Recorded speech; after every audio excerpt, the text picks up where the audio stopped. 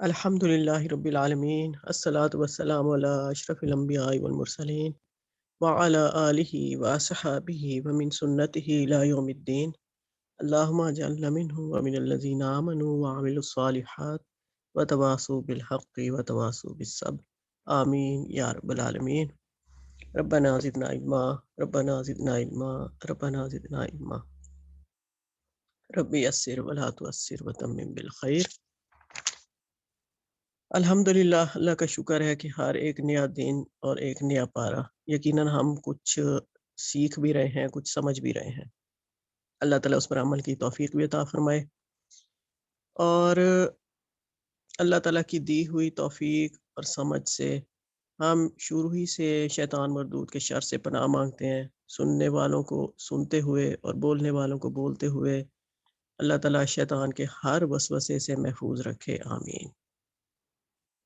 اچھا، یہ پچھلے سپارے کا اینڈ تھا، سورہ ہود سٹارٹ ہو رہی تھی، تو تھوڑی سی اس کی انٹروڈکشن دیتی ہوں، پھر ہم انشاءاللہ شروع کرتے ہیں۔ یہ 4 صورتیں ہیں جو مسلسل انبیاء کے نام پہ ہیں۔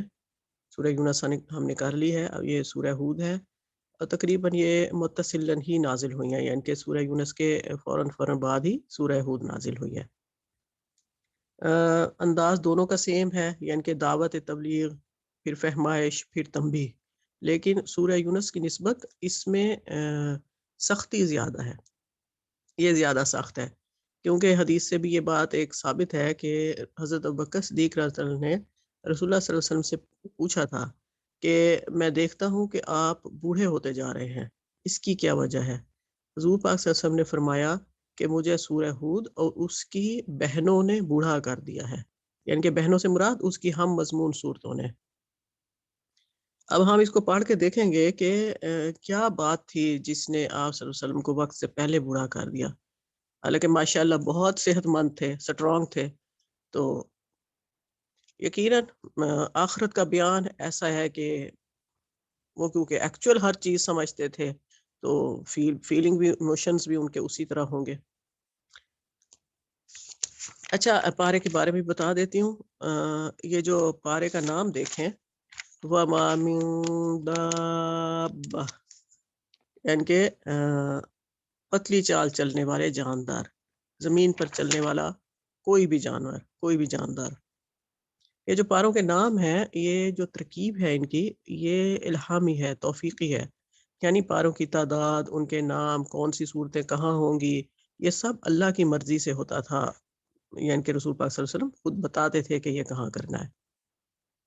یہ جو سپارہ ہے، اچھا، یہ جو سورہ ہود ہے، اس کی ایک خاص بات یہ ہے کہ اس میں حضرت نوح علیہ السلام کی کہانی جو ہے وہ انتہائی ترتیب کے ساتھ چلے گی۔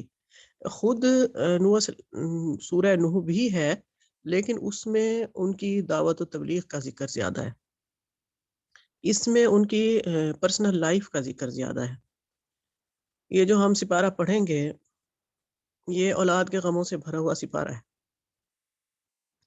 میں سنتی رہی ہوں کل سارا دن اور سوچتی رہی ہوں کہ ہم بیسٹ پیرنٹس نہیں ہیں، جتنے حقوق ہیں اولاد کے، ہم ان کو اس طرح ادا نہیں کر پا رہے۔ خیر، تفسیر کا یہ ٹائم نہیں ہے، لیکن ہو سکے تو سورہ یوسف کی تفسیر آپ لوگ مسٹ کیجئے گا اور بچوں کو خاص طور پہ کروائیے گا۔ 2-1 سال پہلے کی بات ہے، نعمان علی خان کی ہے، انہوں نے کروائی تھی سورہ یوسف کی تفسیر، تو میں نے بچوں سے کہا تھا کہ جوائن کریں انہیں، بہت اچھی، یعنی کہ ڈیفرنٹ لوگوں نے کروائی ہے اور سب کی ہی تقریباً اچھی ہیں۔ خیر، اس میں آپ کو ایک تھوڑی سی وہ بتاؤں گی کہ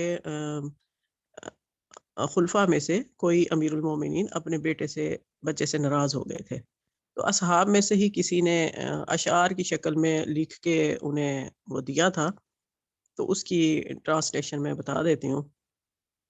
انہوں نے لکھا، اے امیر المومنین رضی اللہ عنہ، ہمارے بچے ہمارے دلوں کے ثمر اور ہماری پیٹھوں کے ستون ہیں، ہم ان کے لیے نرم زمین اور سایہ دار آسمان ہیں، اگر وہ ناراض ہوں تو انہیں راضی کرو، بس اگر وہ طلب کریں تو عطا کرو، اور ان کے لیے ایسے تالے نہ بنو کہ وہ تمہاری زندگی سے اکتا جائیں اور تمہاری موت کی تمنا کریں۔ یا سب لوگ یہ دعا کریں کہ یا رب ہمیں اپنے بچوں کے لیے بہترین رول ماڈل بننے کی توفیق عطا فرمائے. آمین آمین یا رب.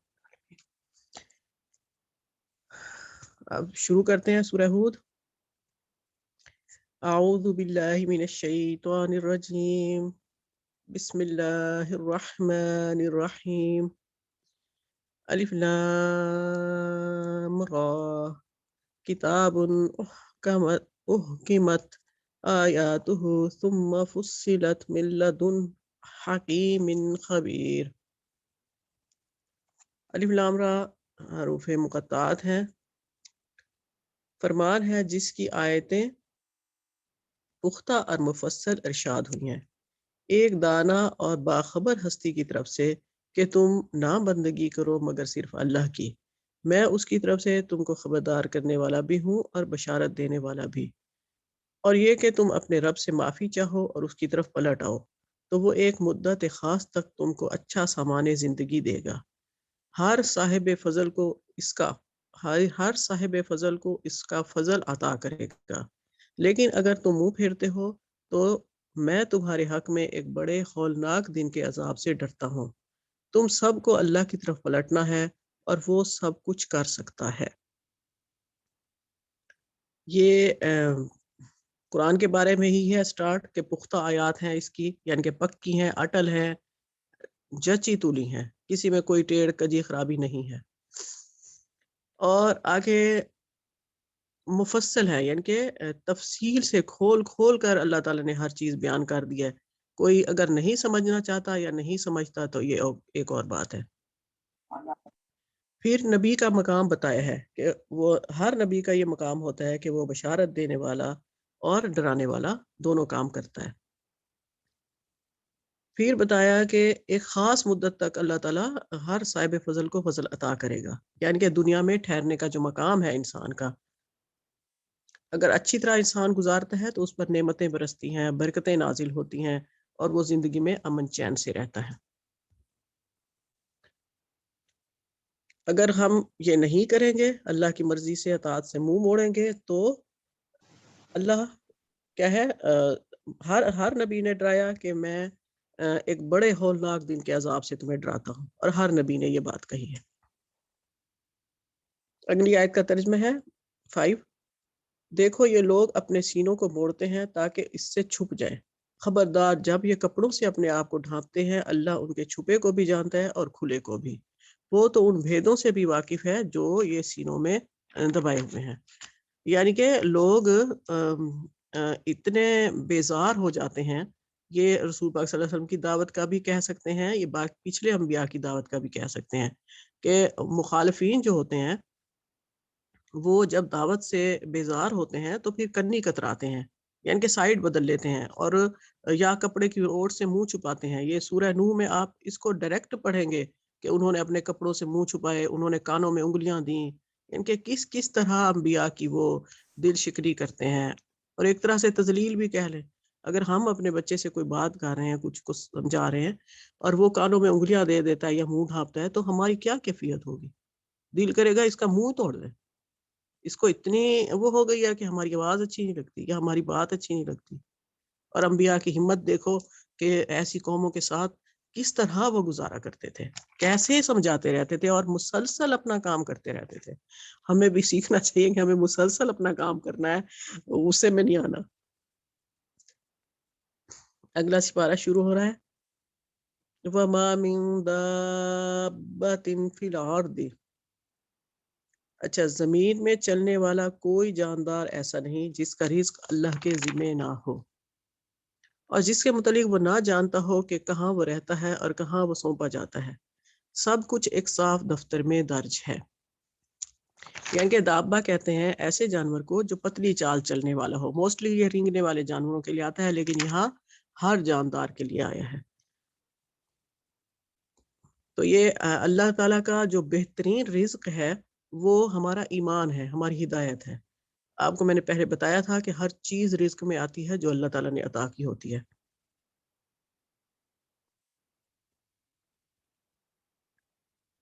اچھا، وہ جانتا ہے کہ وہ کہاں رہتا ہے، کہاں وہ سونپا جاتا ہے. سونپا جاتا مینس کہاں وہ دفن کیا جاتا ہے. جیسے انسان قبر میں ہے یا باقی جاندار کہاں کہاں دفن ہے مر کے. اگلی آیت ہے اور وہی ہے جس نے آسمانوں اور زمین کو 6 دنوں میں پیدا کیا جبکہ اس سے پہلے اس کا عرش پانی پر تھا تاکہ تم کو آزما کر دیکھے تم میں کون بہتر عمل کرنے والا ہے. اب اگر اے محمد صلی اللہ علیہ وآلہ وسلم تم کہتے ہو کہ لوگوں مرنے کے بعد تم دوبارہ اٹھائے جاؤ گے تو منکرین فوراً بول اٹھتے ہیں کہ یہ تو صریح جادوگری ہے. اور اگر ہم ایک خاص مدت تک ان کی سزا کو ٹالتے ہیں تو وہ کہنے لگتے ہیں کہ آخر کس چیز نے اسے روک رکھا ہے. سنو جس روز اس سزا کا وقت آ گیا تو وہ کسی کے پھیرے سے نہ پھر سکے گا اور وہی چیز ان کو آ گھیرے گی جس کا وہ مذاق اڑاتے ہیں. یہ آپ کو پتہ ہے پچھلی سورہ میں بھی سزا آنے، اللہ تعالیٰ کی طرف سے عذاب آنے اور پھر حضرت یونس علیہ السلام کی قوم سے عذاب ٹلنے اور اس کی ڈیٹیل ہم کر چکے ہیں، اس لیے ان سزا والی عذابوں والی ڈیٹیل میں ہم زیادہ نہیں جائیں گے. اس میں ہے تم کو آزما کر دیکھے کون بہتر عمل کرنے والا ہے. یعنی کہ ہم اس دنیا میں آزمائش کے لیے آئے ہوئے ہیں. آپ کسی کو جتنا مرضی خوش دیکھ لیں یہ نہیں ہو سکتا کہ اس کو کوئی آزمائش نہ ہو یا کوئی پریشانی نہ ہو. اللہ تعالیٰ ہمیں آزمائش میں کامیاب کرے، بس اس کی دعا کیا کرے، ثابت قدم رکھے، صابر اور شاکر بنائے. اللہ تعالیٰ کو کوالٹی والا عمل چاہیے. جو آزمائش ہے اس کا مطلب یہ ہے کہ ہمیں کوالٹی کے ساتھ کام کرنا ہے. جو بار ہماری استطاعت کے مطابق ہم پر ڈالا گیا ہے ہمیں اسے بہترین طریقے سے انجام دینا ہے، تو پھر ہم اپنی آزمائش میں پورے اتریں گے. دیکھیں مال کو، اولاد کو فتنہ آزمائش کہا گیا ہے. جو بھی چیز ہمیں عطا ہوئی ہے وہ سب آزمائش میں آتی ہے. آیت نمبر 9 ہوگی یہ.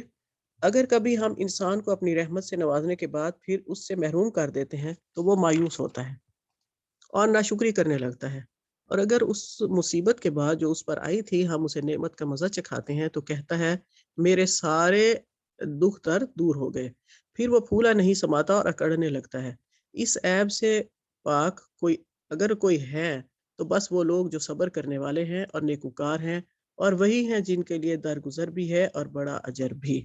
یہ ابھی میں نے بتایا کہ صبر شکر کرنے والوں کے لیے اجر ہوگا، اور جو ناشکری کرتے ہیں یا اللہ کی دی ہوئی نعمتوں پر اتراتے ہیں تو یہ اچھی بات نہیں ہے. اللہ تعالیٰ نعمتیں واپس چھین بھی سکتا ہے، اس لیے اپنے آپ کو بڑا غرور نہیں کرنا چاہیے کہ ہمارے پاس، یعنی کہ کوئی لوگ ایسے بھی ہوتے ہیں نا جیسے امیر ہیں اور غریبوں کو حقارت کی نگاہ سے دیکھنا یا کچھ. امیری غریبی کچھ نہیں ہوتی، یہ منٹوں میں چھینی جا سکتی ہے، اور وہ اللہ تعالیٰ کسی بھی حال میں چھین سکتا ہے. بیماری دے کر، تکلیف دے کر، کوئی آزمائش دے کر مال آرام سے چھینا جا سکتا ہے. زلزلہ آتا ہے 1 سیکنڈ میں ساری زمین میں چیزیں چلی جاتی ہیں، کچھ بھی نہیں بچتا. نیکسٹ آیت ہے 12. تو اے پیغمبر صلی اللہ علیہ وسلم کہیں ایسا نہ ہو کہ تم ان چیزوں میں سے کسی چیز کو بیان کرنے سے چھوڑ دو جو تمہاری طرف وحی کی جا رہی ہیں، اور اس بات پر دل تنگ ہو کہ وہ کہیں گے اس شخص پر کوئی خزانہ کیوں نہ اتارا گیا، یا یہ کہ اس کے ساتھ کوئی فرشتہ کیوں نہ آیا. تم تو محض خبردار کرنے والے ہو، آگے ہر چیز کا حوالہ دار اللہ ہے. اس کی بھی ڈیٹیل کرنے کی ضرورت نہیں ہے، ہم سورہ بقرہ میں ہی پڑھ چکے ہوئے ہیں. کیا یہ کہتے ہیں کہ پیغمبر نے کتاب خود گھاڑ لی ہے؟ کہو اچھا یہ بات ہے تو اس جیسی گھڑی ہوئی 10 صورتیں بنا لاؤ، اور اللہ کے سوا جو تمہارے معبود ہیں ان کو مدد کے لیے بلا سکتے ہو. کہیں ایسے کتاب لانے کا ذکر ہوا کہ اس جیسی کتاب لے آؤ، کہیں 10 صورتوں کا آیا ہے یہاں اس آیت میں، کہیں ایک صورت کا آیا ہے، اور وہ اس چیلنج کو کوئی بھی اب تک قبول نہیں کر سکا. اگلی آیت ہے 13. تو بلا لو اگر تم انہیں معبود سمجھنے میں سچے ہو، یعنی کہ اپنے رفیقوں کو بلا لو مدد کے لیے جنہیں تم معبود سمجھتے ہو.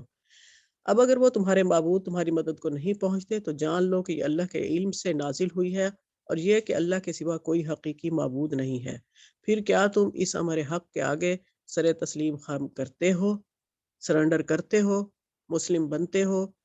کیا ہم بھی سرنڈر کرتے ہیں؟ زندگی میں خوشی، سکون، اطمینان صرف اسی کو ملے گا جو مطیع و فرما بردار ہوگا، جو سب سرنڈر کر دے گا اللہ کے سامنے، جو پکا سچے دل سے مسلم ہوگا. تو آمنا و صدقنا، تو اسی کو ہی اطمینان قلب نصیب ہوگا انشاءاللہ۔ اللہ تعالی ہمیں ایسے لوگوں میں بنائے۔ آیت 15، جو لوگ بس اسی دنیا کی زندگی اور اس کی خوشنمائیوں کے طالب ہوتے ہیں، ان کی کارگزاری کا سارا پھل ہم یہیں ان کو دے دیتے ہیں، اور اس میں ان کے ساتھ کوئی کمی نہیں کی جاتی، مگر آخرت میں ایسے لوگوں کے لیے آگ کے سوا کچھ بھی نہیں ہے۔ وہاں معلوم ہو جائے گا کہ جو کچھ انہوں نے دنیا میں بنایا وہ سب ملیاں میٹ ہو گیا، اور اب ان کا سارا کیا دھرا محض باطل ہے۔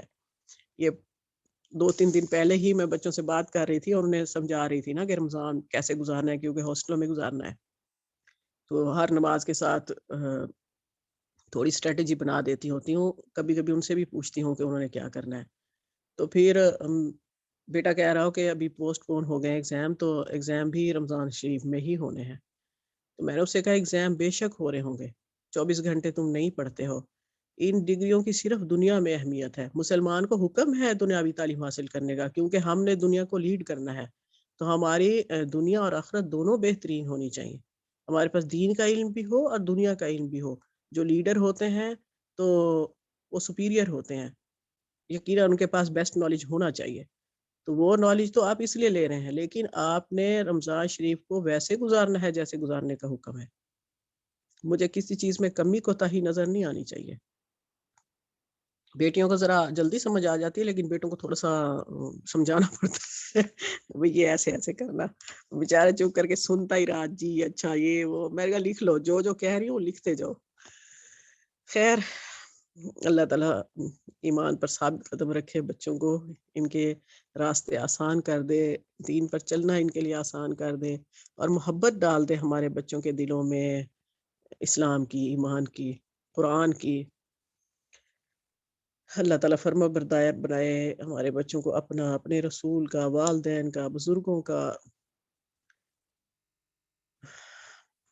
اگلی آیت ہے آیت نمبر 17، پھر بھلا وہ شخص جو اپنے رب کی طرف سے ایک صاف شہادت رکھتا تھا، اس کے بعد ایک گواہ بھی پروردگار کی طرف سے اس شہادت کی تائید میں آ گیا، اور پہلے موسیٰ علیہ السلام کی کتاب رہنما اور رحمت کے طور پر آئی ہوئی بھی موجود تھی، کیا وہ بھی دنیا پرستوں کی طرح اس سے انکار کر سکتا ہے؟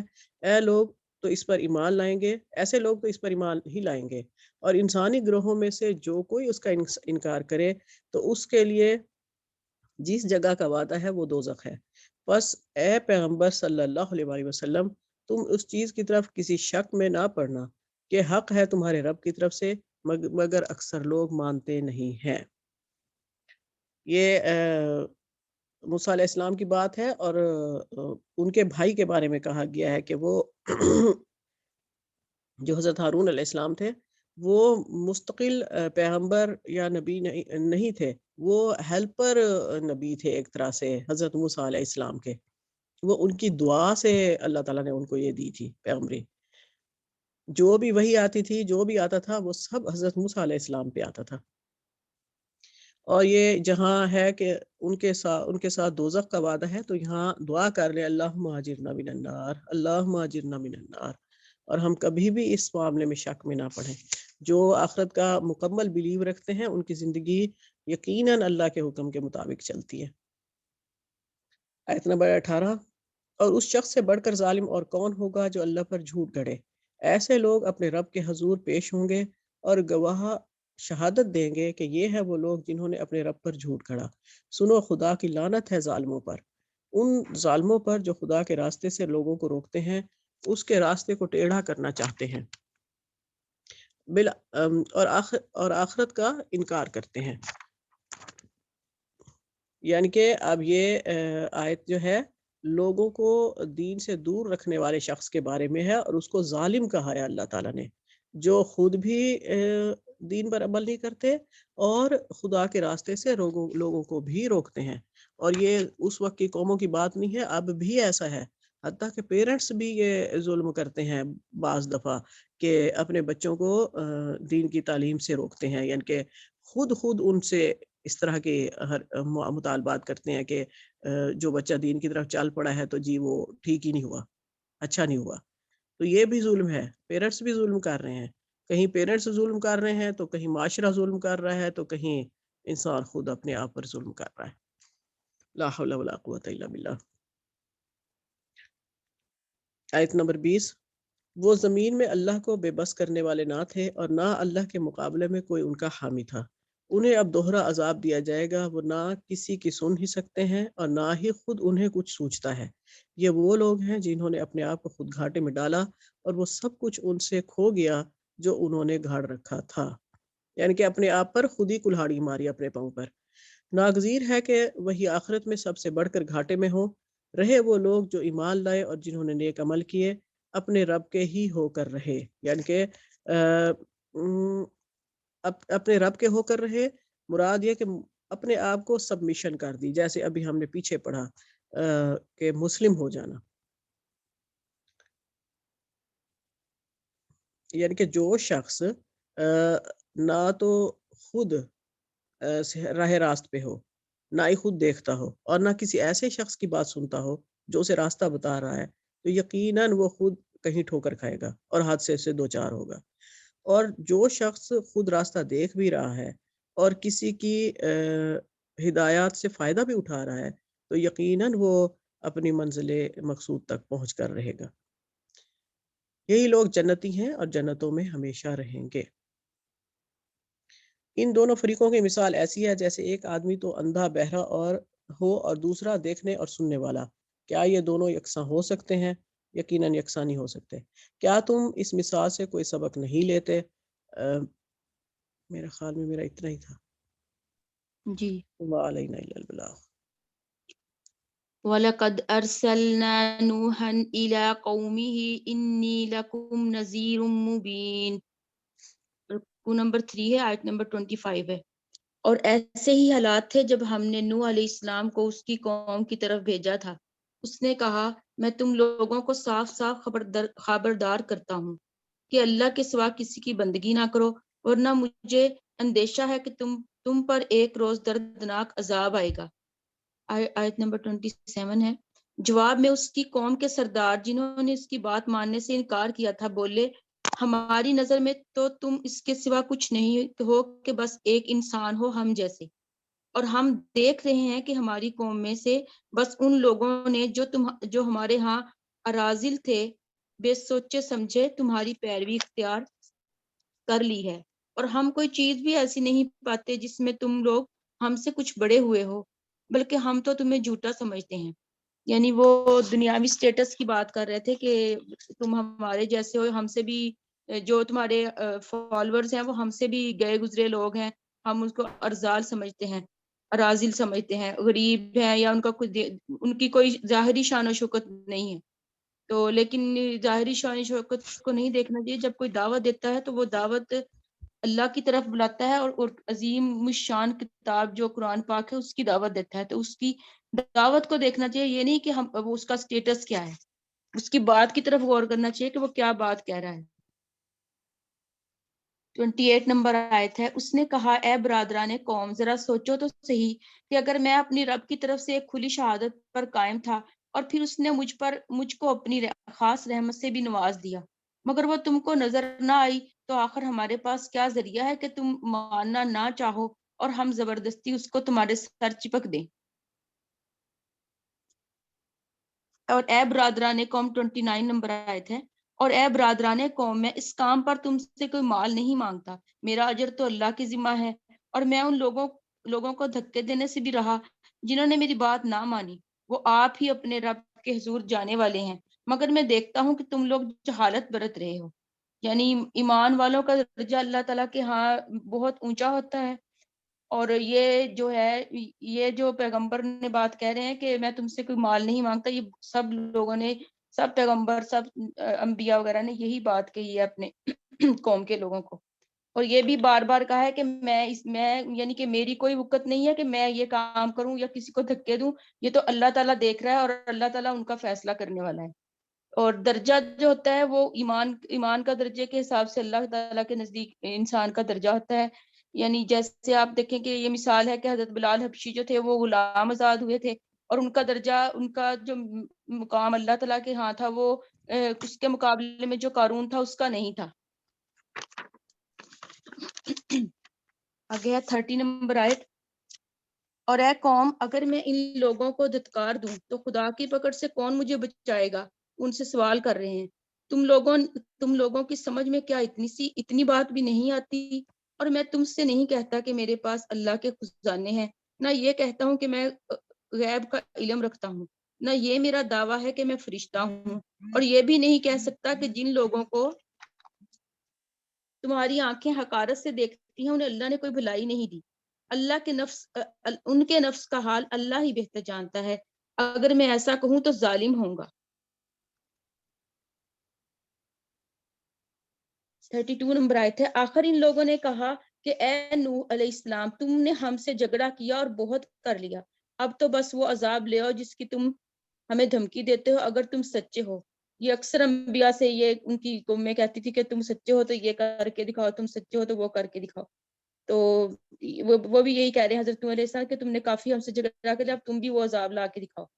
33 نمبر آیت ہے، نوح علیہ السلام نے جواب دیا، وہ تو اللہ ہی لا پائے گا اگر چاہے گا، اور تم اتنا بل بوتا نہیں رکھتے کہ اسے روک دو۔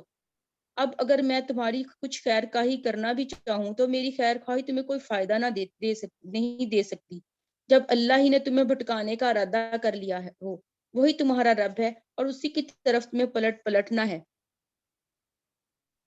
35 نمبر آیت ہے، اے محمد صلی اللہ علیہ وسلم، کیا یہ لوگ کہتے ہیں کہ اس شخص نے یہ سب کچھ خود گھڑ لیا ہے؟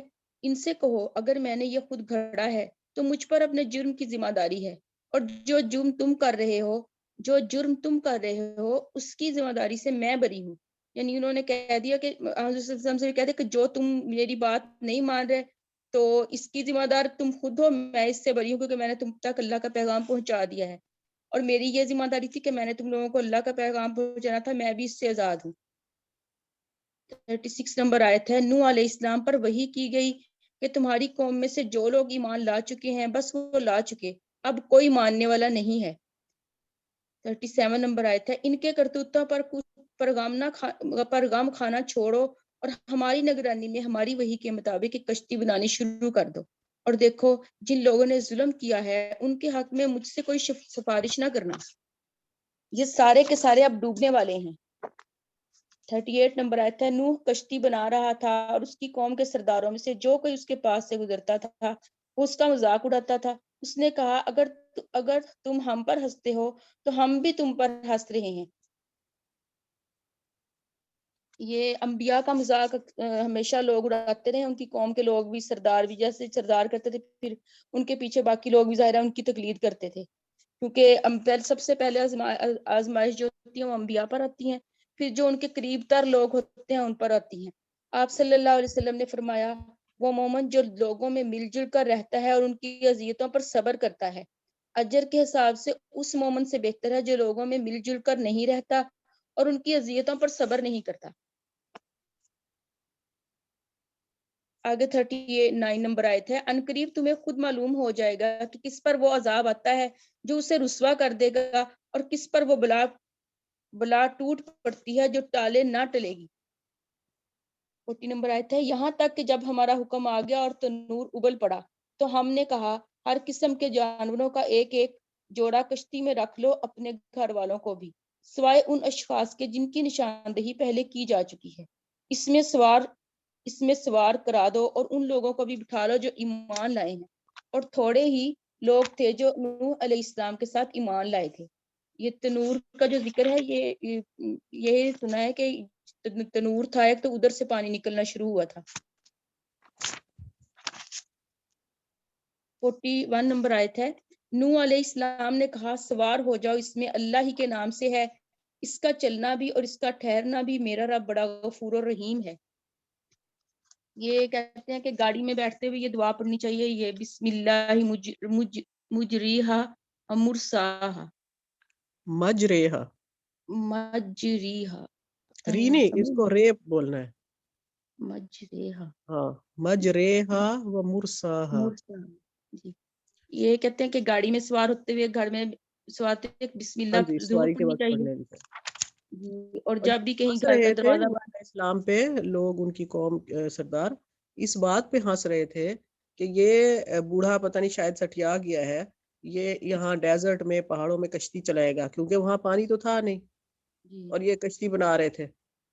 تو اب یہ پریشانی کی بات تو تھی ان لوگوں کے لیے، کشتی جو بن رہی ہے تو ہنسنا شروع کر دیا.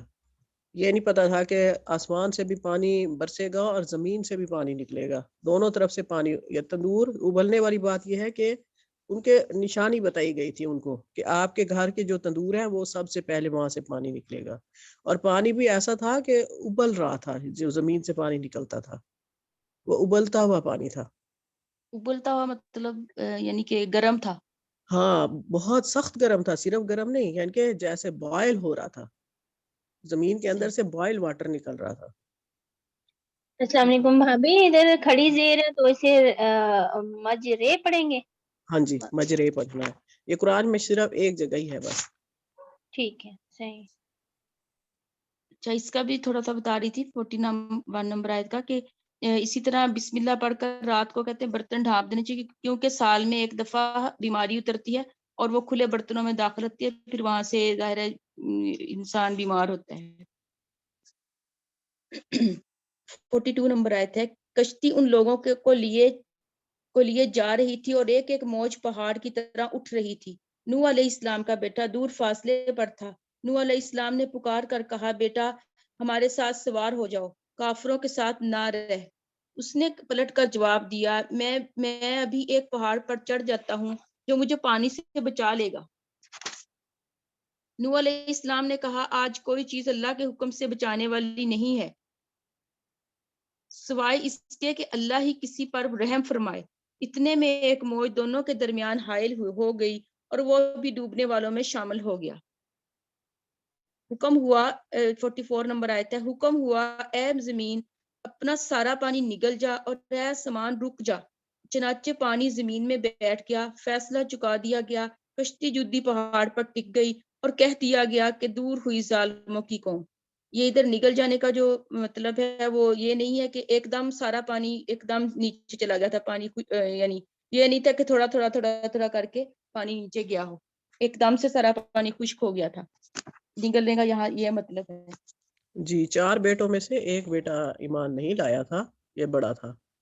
اور دیکھیں اللہ تعالیٰ نے کسی اور جگہ نہیں اس کو غرق کیا، باپ کے سامنے کیا. حضرت نوح علیہ السلام اپنی آنکھوں سے دیکھ رہے تھے. یہ بھی آزمائش.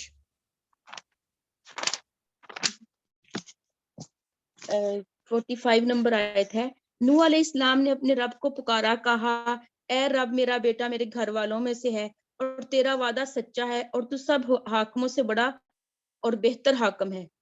46 نمبر آیت ہے، جواب میں ارشاد ہوا، اے نوح علیہ السلام وہ تیرے گھر والوں میں سے نہیں ہے، وہ تو ایک بگڑا ہوا کام ہے، لہذا تو اس بات کی مجھ سے درخواست نہ کر جس کی حقیقت تو نہیں جانتا. میں تجھے نصیحت کرتا ہوں کہ اپنے آپ کو جاہلوں کی طرح نہ بنا لے. آگے ہے نوح علیہ السلام نے فوراً عرض کیا، اے میرے رب میں تیری پناہ، یہ دعا ہے، اے میرے رب میں تیری پناہ مانگتا ہوں اس چیز سے کہ وہ چیز تجھ سے مانگوں جس کا مجھے علم نہیں. اگر تو نے مجھے معاف نہ کیا اور رحم نہ فرمایا تو میں برباد ہو جاؤں گا. یعنی انہوں نے ان کا بیٹا تھا ظاہر ہے، انہوں نے کہا بھی لیکن فوراً ڈرے بھی کہ کہیں اللہ تعالیٰ مجھے اس بات میں پکڑنا ہے، فوراً انہوں نے معافی بھی مانگی اور اللہ تعالیٰ سے رحمت بھی مانگی.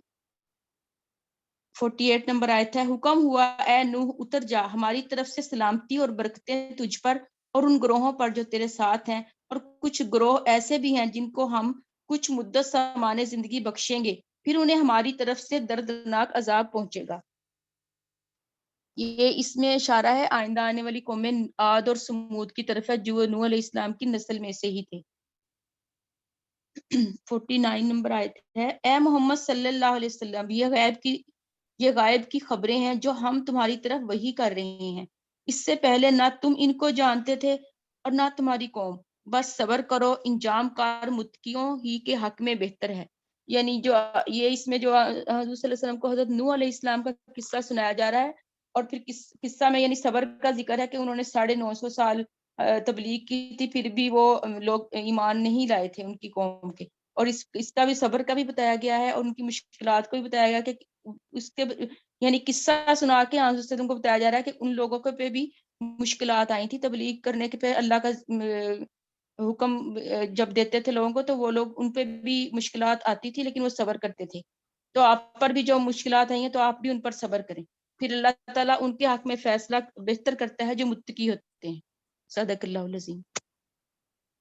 جی بسم اللہ الرحمن الرحیم.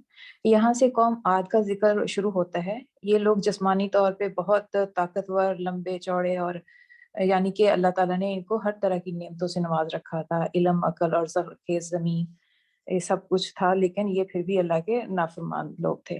تو اور یہاں سے شروع ہوتا ہے آیت نمبر 50. اور عاد کی طرف ہم نے ان کے بھائی ہود کو بھیجا. اس نے کہا، اے برادران قوم، اللہ کی بندگی کرو، تمہارا کوئی خدا اس کے سوا نہیں ہے، تم نے محض جھوٹ گھڑ رکھے ہیں. یہاں پہ کہ یہ اللہ کے علاوہ بہت سے بتوں کو پوجتے تھے. اے برادر، آگے ہے 51 آیت. اے برادران قوم، اس کام پر میں نے تم سے کوئی اجر نہیں چاہتا، میرا اجر تو اس کے ذمہ ہے جس نے مجھے پیدا کیا ہے. کیا تم عقل سے کام نہیں لیتے؟ یہ جیسے پیچھے ذکر کیا گیا، ہر جو تھے پروفٹ وہ یہی بات کہتے تھے کہ میں تم سے اجر نہیں مانگتا، میرا اجر تو اللہ کی طرف ہے. اور آگے آیت ہے 52. اور اے میری قوم کے لوگوں، اپنے رب سے معافی چاہو، اس کی طرف پلٹو، وہ تم پر آسمان کے دھانے کھول دے گا اور تمہاری موجودہ قوت پر مزید قوت کا اضافہ کرے گا. مجرموں کی طرح نہ منہ پھیرو. یہاں پہ اس آیت سے معلوم ہوتا ہے کہ آخرت میں ہی نہیں، اس دنیا میں بھی قوم کی قسمتوں کا اتار چڑھاؤ اخلاقی بنیادوں پر ہی ہوتا ہے. یہ بات کئی مقام پر قرآن میں فرمائی گئی ہے کہ جب ایک قوم کے پاس نبی کے ذریعے سے خدا کا پیغام پہنچتا ہے، اگر وہ اسے قبول کر لیتی ہے تو اللہ تعالیٰ اس پر اپنی نعمتوں اور برکتوں کے دروازے کھول دیتے ہیں. آگے آیت نمبر 53 ہے. اللہ نے جواب دیا، اے ہود، تو ہمارے پاس کوئی سری شہادت لے کے نہیں آیا، اور تیرے کہنے سے ہم اپنے معبودوں کو نہیں چھوڑ سکتے، اور تجھ پر ہم ایمان لانے والے نہیں ہیں. آگے آیت نمبر 54 ہے. ہم تو یہ سمجھتے ہیں کہ تیرے اوپر ہمارے معبودوں کی طرف سے کسی کی مار پڑی ہوئی ہے. یہاں پہ یہ وہ سوچتے تھے کہ یہ جو دیوی دیوتا جو ان کے اتنے سارے انہوں نے بنائے ہوئے تھے، تو کہیں انہوں نے حضرت جو ہود ہیں انہوں نے اس کی کوئی گستاخی ان کے کی ہوگی، تو جس کی یہ سزا ہے کہ یہ بہکی بہکی باتیں کرتے ہیں، اور جن گلی کوچوں میں ان کی عزت ہوتی تھی آج وہاں پہ ان کو گالیاں اور پتھر پڑ رہے ہیں. آگے ہے آیت. ہود نے کہا، میں اللہ کی شہادت پیش کرتا ہوں. دیکھیں یہاں پہ سب سے پہلے انہوں نے ادھر ادھر کی کوئی بات نہیں کی، انہوں نے سیدھے صرف اللہ کی شہادت کی جو سب سے بڑی ہے، اور ظاہری بات ہے وہی سب حق ہے.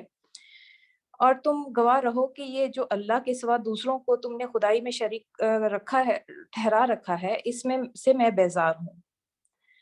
اگلی آیت ہے 55. تم سب کے سب مل کر میرے خلاف اپنی کرنی میں کسر نہ اٹھا رکھو، مجھے ذرا مہلت نہ دو. تو آگے آیت نمبر 56 ہے. میرا بھروسہ اللہ پر ہے جو میرا رب بھی ہے اور تمہارا رب بھی. کوئی جاندار ایسا نہیں جس کی چوٹی اس کے ہاتھ میں نہ ہو، یعنی اللہ تعالیٰ ہر چیز پر اختیار رکھتے ہیں، ہر چیز پر قادر ہیں. بے شک میرا رب سیدھی راہ پر ہے. بے شک. آگے 57 آیت ہے. اگر تم منہ پھیرتے ہو تو پھیر لو، جو پیغام دے کر میں تمہارے پاس بھیجا گیا تھا وہ میں تم کو پہنچا چکا ہوں. اب میرا رب تمہاری جگہ دوسری قوم کو اٹھائے گا اور تم اس کا کچھ نہیں بگاڑ سکو گے. یقیناً میرا رب ہر چیز پر نگران ہے. بے شک. پھر جب ہمارا حکم آ گیا تو ہم نے اپنی رحمت سے ہود کو اور ان لوگوں کو جو اس کے ساتھ ایمان لائے تھے نجات دی، اور ایک سخت عذاب سے انہیں بچا لیا. آگے 59 ہے. یہ ہے عاد، اپنے رب کی آیات سے انہوں نے انکار کیا، اس کے رسولوں کی بات نہ مانی، اور ہر جبار دشمن حق کی پیروی کرتے رہے. تو یہاں پہ بھی وہی ہے کہ وہ مطلب صرف رسولوں کی بات نہیں مانتے تھے، باقی تو وہ بہت مطلب اپنے انہوں نے بنائے ہوئے تھے جو بت، ان کا ہی پیروی کرتے تھے، ان کی کیا مطلب شیطان کی پیروی کرتے تھے. آخر کار اس دنیا میں بھی ان پر پھٹکار پڑی اور قیامت کے روز بھی. سنو عاد نے اپنے رب سے کفر کیا، سنو دور پھینک دیے گئے عاد ہود کی قوم کے لوگ. تو ان پر آپ کو جیسے سب کو پتہ ہے اس قوم پر تیز آندھی اور طوفان کا عذاب آیا تھا، جس پر حالانکہ یہ اتنے مضبوط اور بہت مطلب اسٹرانگ لوگ تھے، لیکن پھر بھی اڑ اڑ کے وہ آپس میں ٹکرا کے اور گرتے پڑ رہے تھے اس طرح. تو یہ بھی جیسے بھابھی نے شروع میں کہا کہ بہت سخت ہے، واقعی میں یہ سن کے خوف آتا ہے کہ کس طرح ان پہ عذاب آئے۔ آگے ہے یہاں پہ سمود کا ذکر آتا ہے، قوم سمود کا، کہ قوم سمود جیسے وہ بہت مطلب وہ بلڈنگ بناتے تھے پہاڑوں کو کاٹ کاٹ کے، وہ ظاہر اسٹرانگ تو تھے ہی ہوں گے جو پہاڑوں کو کاٹ کے بنا لیتے تھے، تو باقی بھی اللہ نے ان پر بہت فضل کیے ہوئے تھے۔ تو اس نے ہے اور سمود کی طرف ہم نے ان کے بھائی صالح کو بھیجا، اس نے کہا اے میری قوم کے لوگوں، اللہ کی بندگی کرو، اس کے سوا تمہارا کوئی خدا نہیں ہے، وہی ہے جس نے تم کو زمین سے پیدا کیا اور یہاں تم کو بسایا، لہٰذا تم اس سے معافی چاہو اور اس کی طرف پلٹ آؤ، یقیناً میرا رب قریب ہے اور وہ دعاؤں کو جواب دینے والا ہے بے شک۔ اگلی آیت ہے، انہوں نے کہا اے صالح علیہ السلام، اس سے پہلے کہ تو ہمارے درمیان ایسا شخص تھا جس سے بڑی توقعات وابستہ تھیں۔ تو یہاں پہ یہ لوگ جو ہے نا یہ کہتے ہیں کہ یعنی تمہارے ہوش مندی اور ذہانت، فراست، سنجیدگی، متانت اور وقار کی شخصیت کو دیکھ کر ہم یہ امید لگائے بیٹھے تھے کہ تم بہت بڑے آدمی بنو گے، اور مگر تم یہ توحید اور آخرت کا نیا راگ چھیڑ بیٹھے ہو جس سے ہماری ساری امیدوں پر پانی پھر گیا ہے۔ کیا تم ہم آگے ہے اس سے آیت، کیا تم ہمیں ان معبودوں کی پرستش سے روکنا چاہتے ہو جس کی پرستش ہمارے باپ دادا کرتے تھے؟ جیسے یہ سارے کافر یہی چیز کہتے ہیں، جو ہمارے باپ دادا کرتے تھے ہم وہی کریں گے، ہم اس سے نہیں ہٹیں گے، یہی ان کا تھا۔ آگے 62 آیت ہے، تم جس طریقے کی طرف ہمیں بلا رہے تو جس طریقے کی طرف ہمیں بلا رہا ہے اس کے بارے میں ہم کو سخت شبہ ہے، جس نے ہمیں خلجان میں ڈال رکھا ہے، کہ یعنی بے چینی میں ڈال رکھا ہے، کہ وہ اپنے دنیا میں مگن تھے، جب انہوں نے شروع کی اللہ کی عبادت کے لیے بولا تو وہ پھر ظاہری بات پریشان ہو گیا کہ یہ نئی چیز لے کے آ گیا، اس طرح وہ اس میں بے چین ہو گئے۔ صالح السلام نے کہا اے برادران قوم، تم نے کچھ اس بات پر بھی غور کیا کہ اگر میں اپنے رب کی طرف سے ایک صاف شہادت رکھتا تھا اور پھر اس نے اپنی رحمت سے مجھے نواز دیا تو اس کے بعد اللہ کی پکڑ سے مجھے کون بچائے گا اگر میں اس کی نافرمانی کروں؟ سوال کر رہے ہیں ان سے، تو میرے کس کام آ سکتے ہو، تم میرے کس کام آ سکتے ہو سوائے اس کے کہ مجھے اور زیادہ خسارے میں ڈال دو؟ یعنی اگر میں اپنی بصیرت کے خلاف اور علم کے خلاف جو اللہ نے مجھے دیا ہے محض تمہیں خوش کرنے کے لیے گمراہی کا طریقہ اختیار کرتا ہوں، تو یہی نہیں کہ خدا کی پکڑ سے مطلب جب خدا کی پکڑ آئے گی تو تم مجھے نہیں بچا سکتے، اور میرا جرم اور زیادہ بڑھ جائے گا، کیونکہ اللہ تعالیٰ کہیں گے کہ تم نے ان کو سیدھا راستہ دکھانے کی بجائے ان کو جان بوجھ کر الٹا گمراہ کر دیا ہے۔ اگلی آیت ہے 64، اے میری قوم کے لوگوں، یہ دیکھو یہ اللہ کی اونٹنی تمہارے لیے ایک نشانی ہے، اسے خدا کی زمین میں چرنے کے لیے چھوڑ دو، اس سے زیادہ تو عرض نہ کرنا، تو عرض مطلب ہے کہ جیسے وہ کہہ رہے تھے کہ اس کو کوئی تکلیف نہ دینا، ورنہ کچھ زیادہ دیر نہ گزرے گی کہ تم پر خدا کا عذاب آ جائے گا۔ یہ سب لوگ جانتے ہیں سارا واقعہ، اس لیے میرے خیال میں بیان کرنے کی ضرورت نہیں ہے۔ آگے ہے 65 نمبر، مگر انہوں نے اونٹنی کو مار ڈالا۔ اس پر صالح نے ان کو خبردار کر دیا کہ بس اب 3 دن اپنے گھروں میں اور بس لو، یہ ایک ایسی میعاد ہے جو جھوٹی نہ ثابت ہوگی۔ اور یہاں پہ انہوں نے کانچے کاٹ دی تھی، مطلب اس کی ٹانگیں جو تھیں انہوں نے کاٹ کے اس کو مارا تھا۔ اور اگلی آیت ہے 67، آخر کار جب ہمارے فیصلے کا وقت آ گیا تو ہم نے اپنی رحمت سے صالح السلام کو اور ان لوگوں کو جو اس کے ساتھ ایمان لائے تھے بچا لیا، اور اس دن کی رسوائی سے ان کو محفوظ رکھا، بے شک تیرا رب ہی دراصل طاقتور اور بالادست ہے۔ یہاں پہ ہے کہ حضرت صالح السلام اپنے ساتھیوں کے ساتھ وہاں سے ہجرت کر گئے تھے ان کو پتہ لگنے سے پہلے ہی، کیونکہ وہ انہوں نے سازش کی تھی کہ ان کو اسی رات مطلب مار دیں گے، لیکن وہ پہلے ہجرت کر چکے تھے۔ رہے وہ لوگ جنہوں نے ظلم کیا تھا تو ایک سخت دھماکے نے ان کو دھر لیا اور وہ اپنی بستیوں میں اس طرح بے حس و حرکت پڑے کے پڑے رہ گئے گویا کہ وہ وہاں کبھی بسے ہی نہ تھے۔ اللہ معاف کرے، جیسے سارے قوموں پہ عذاب آئے اسی طرح ان پر بھی ایک کڑک طرح آیا تھا دھماکے کے ساتھ عذاب۔ سنو سمود نے اپنے رب سے کفر کیا، سنو دور پھینک دیے گئے سمود، اللہ معاف کرے، یا اللہ ہمیں معاف فرمانا بے شک۔ اور ایسی غلطیوں سے بچانا کہ جس سے تو ناراض ہو، آمین۔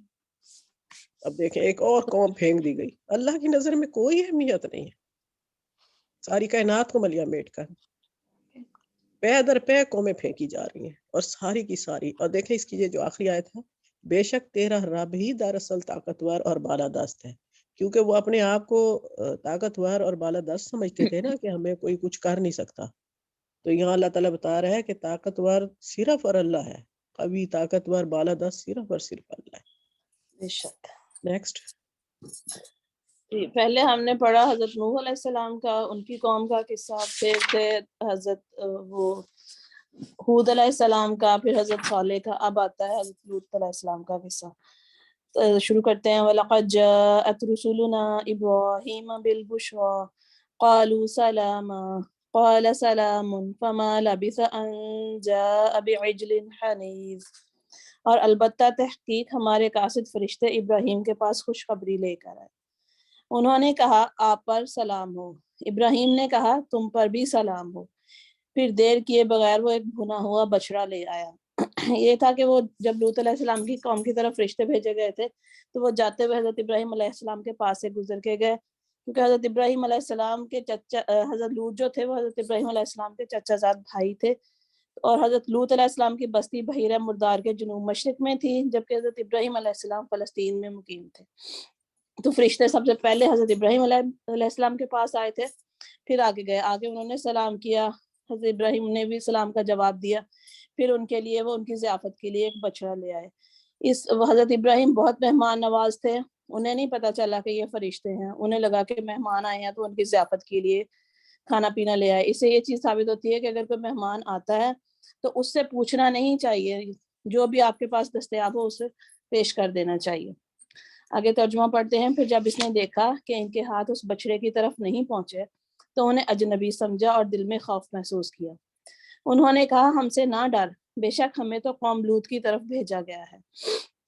اور ابراہیم کی بیوی قریب کھڑی تھی تو وہ ہنس پڑی، وہ ہنسی اس بات پہ نہیں تھی، وہ اگلی بات پہ ہنسی تھی۔ پھر ہم نے اسے اسحاق کی خوشخبری دی اور اسحاق کے بعد یعقوب یعنی ان کے پوتے کی۔ وہ بولی ہائے ہائے، کیا اب میں بچہ جنوں گی، حالانکہ میں بڑھیا ہوں اور یہ میرا شوہر بھی بوڑھا ہے، بے شک یہ تو بہت ہی عجیب چیز ہے۔ انہوں نے کہا کیا تو اللہ کے حکم پر تعجب کرتی ہے؟ اللہ کی رحمت اور برکتیں ہوں تم پر اے اہل بیت، بے شک اللہ قابل تعریف ہے، نہایت بزرگی والا۔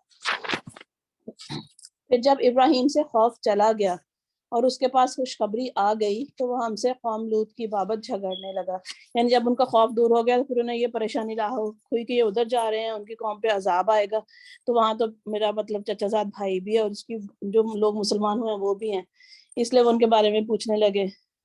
آگے ترجمہ ہے۔ بے شک ابراہیم بہت بردبار، بہت زیادہ آہوزاری کرنے والا اور ہماری طرف بہت رجوع کرنے والا تھا۔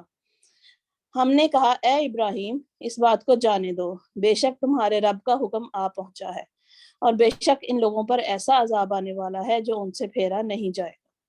اور جب ہمارے قاصد فرشتے لوط کے پاس آئے تو وہ ان کی وجہ سے غمگین ہوا اور ان سے دل میں تنگ ہوا اور بولا یہ انتہائی سخت دن ہے۔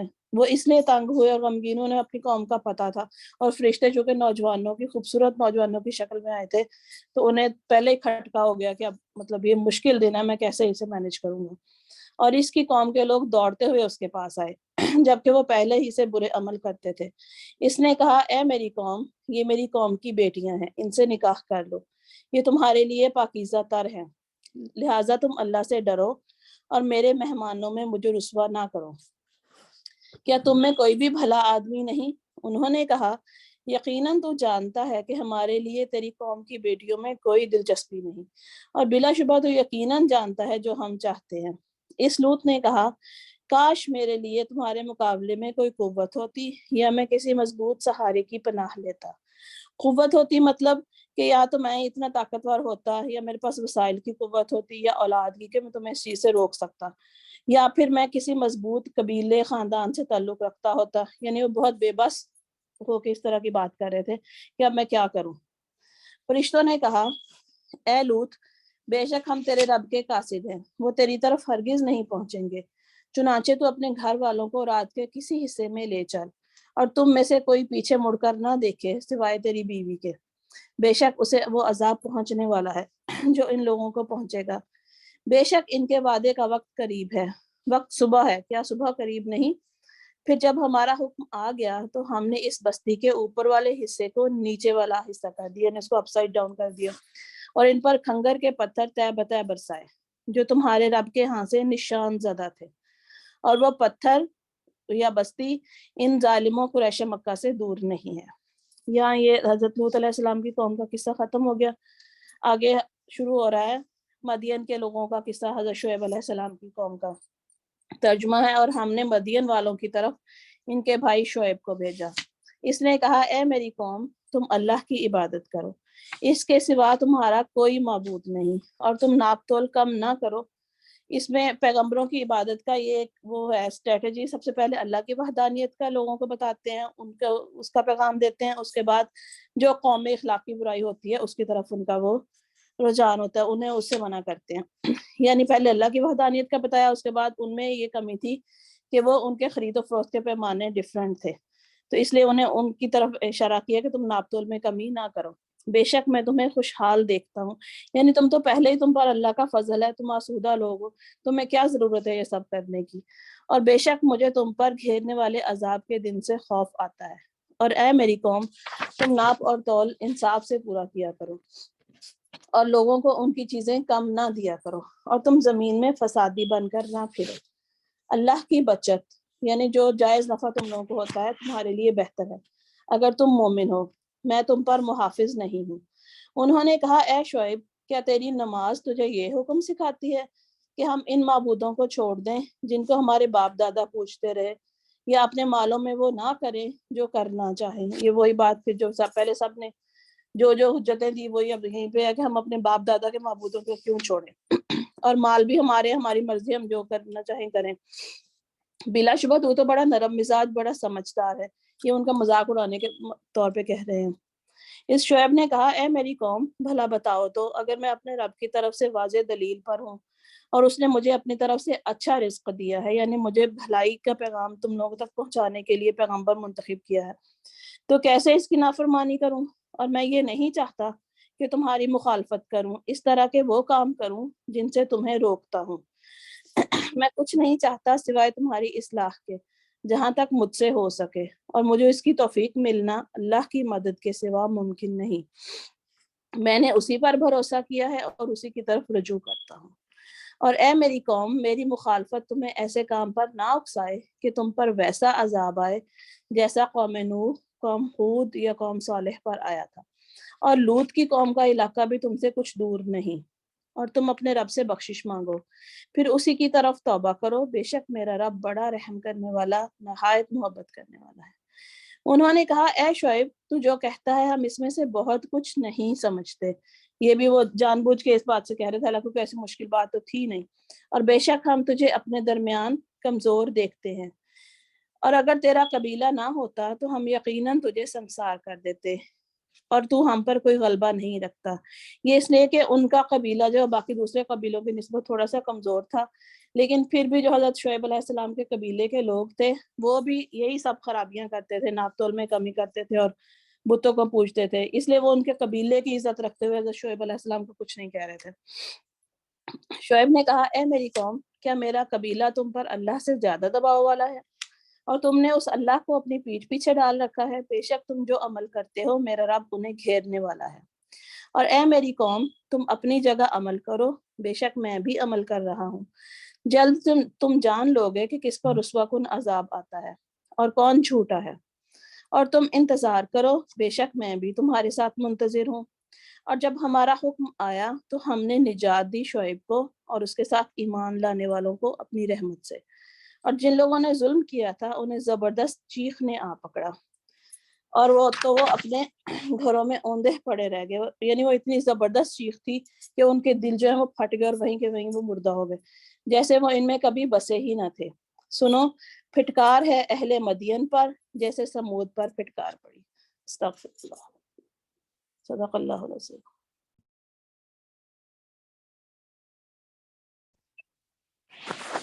اعوذ باللہ من الشیطان الرجیم۔ نواں رکو. اور موسیٰ کو ہم نے اپنی نشانیاں اور کھلی کھلی صنعت ماموریت کے ساتھ یعنی معجزات کے ساتھ فرعون اور اس کے ایان سلطنت کی طرف بھیجا، مگر انہوں نے فرعون کے حکم کی پیروی کی، حالانکہ فرعون کا حکم راستی پر نہ تھا. قیامت کے روز وہ اپنی قوم کے آگے ہوگا اور اپنی پیشوائی میں انہیں دوزخ کی طرف لے جائے گا. کیسی بدتر جائے ورود ہے جس پر کوئی پہنچے. اور ان لوگوں پر دنیا میں بھی لعنت پڑی اور قیامت کے روز بھی پڑے گی. کیسا برا صلہ ہے یہ جو کسی کو ملے. یہ چند بستیاں اس کی سرگزشت ہیں جو ہم تمہیں سنا رہے ہیں. ان میں سے بعض اب بھی کھڑی ہیں اور بعض کی فصل کٹ چکی ہے. یعنی یہ واقعات کا بیان اب یہاں مکمل ہوا اور مزید اللہ کی طرف سے تبصرہ ہے. یہاں ہم نے ان پر ظلم نہیں کیا، انہوں نے آپ ہی اپنے اوپر ستم ڈھایا. اور جب اللہ کا حکم آ گیا تو ان کے وہ معبود جنہیں وہ اللہ کو چھوڑ کر پکارا کرتے تھے ان کے کچھ کام نہ آ سکے، اور انہوں نے ہلاکت و بربادی کے سوا انہیں کچھ فائدہ نہ دیا.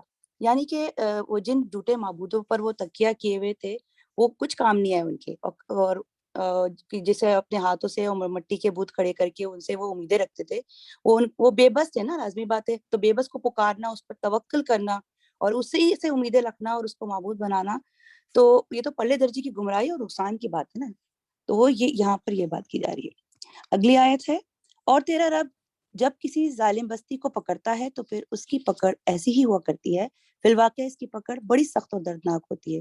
حقیقت یہ ہے کہ اس میں ایک نشانی ہے ہر اس شخص کے لیے جو عذاب آخرت کا خوف کرے. وہ ایک دن ہوگا جس میں سب لوگ جمع ہوں گے اور پھر جو کچھ بھی اس روز ہوگا اس کی آنکھوں کے سامنے ہوگا. اب دیکھیں آپ یہاں پر آپ کو دعا کرنی چاہیے کہ اللہم حاسبنا حسابا یسیرا. ہم اس کے لانے میں کچھ بہت زیادہ تاخیر نہیں کر رہے ہیں، بس ایک گنی چنی مدت اس کے لیے مقرر ہے.